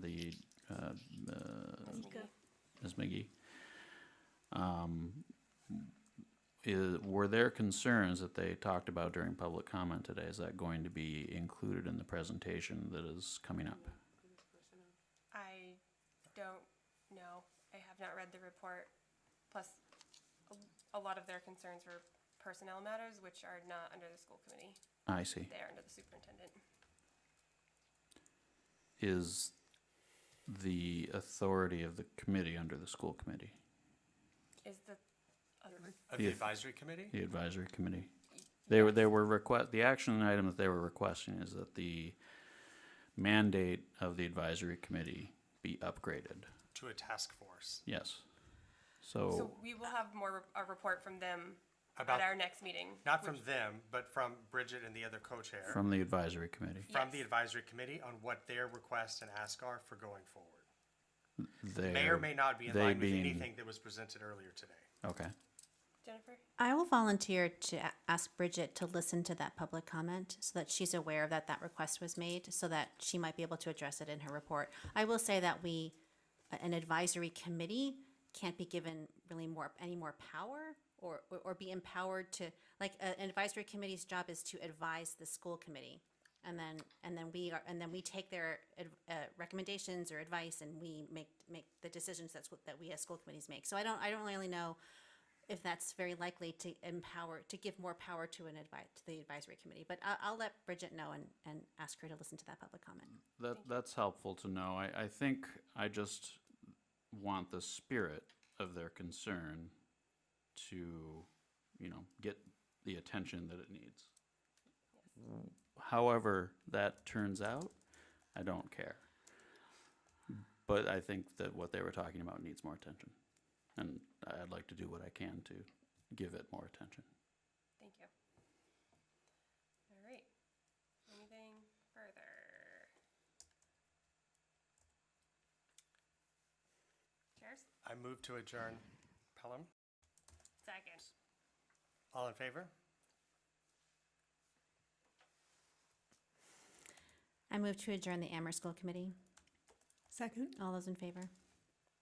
Amherst School Committee is adjourned. Excellent. I move to call Union 26 to order. Jennifer? I don't think we need to vote. Oh, You Nope. just, Anna? You just, Don't we have to? Nope. Anna's No, we not are on to Union call? Union Oh. 26. Not Union 26. Oh, okay. You're now- I didn't you're think in she order. was. We are officially in Okay, order. we're in order. Okay, never mind. Okay. Oh, there's language. All right, so I will move that the Regional School Committee now consider entering executive session pursuant to GLC 30A, Section 21A, Purpose 2, to conduct strategy sessions in preparations for negotiations with non-union personnel or to conduct collective bargaining sessions or contract negotiations with non-union personnel. Dr. E. Ziamara Herman, with no intent to return to open session. second. Can I use the same executive session link? Yep. Thanks.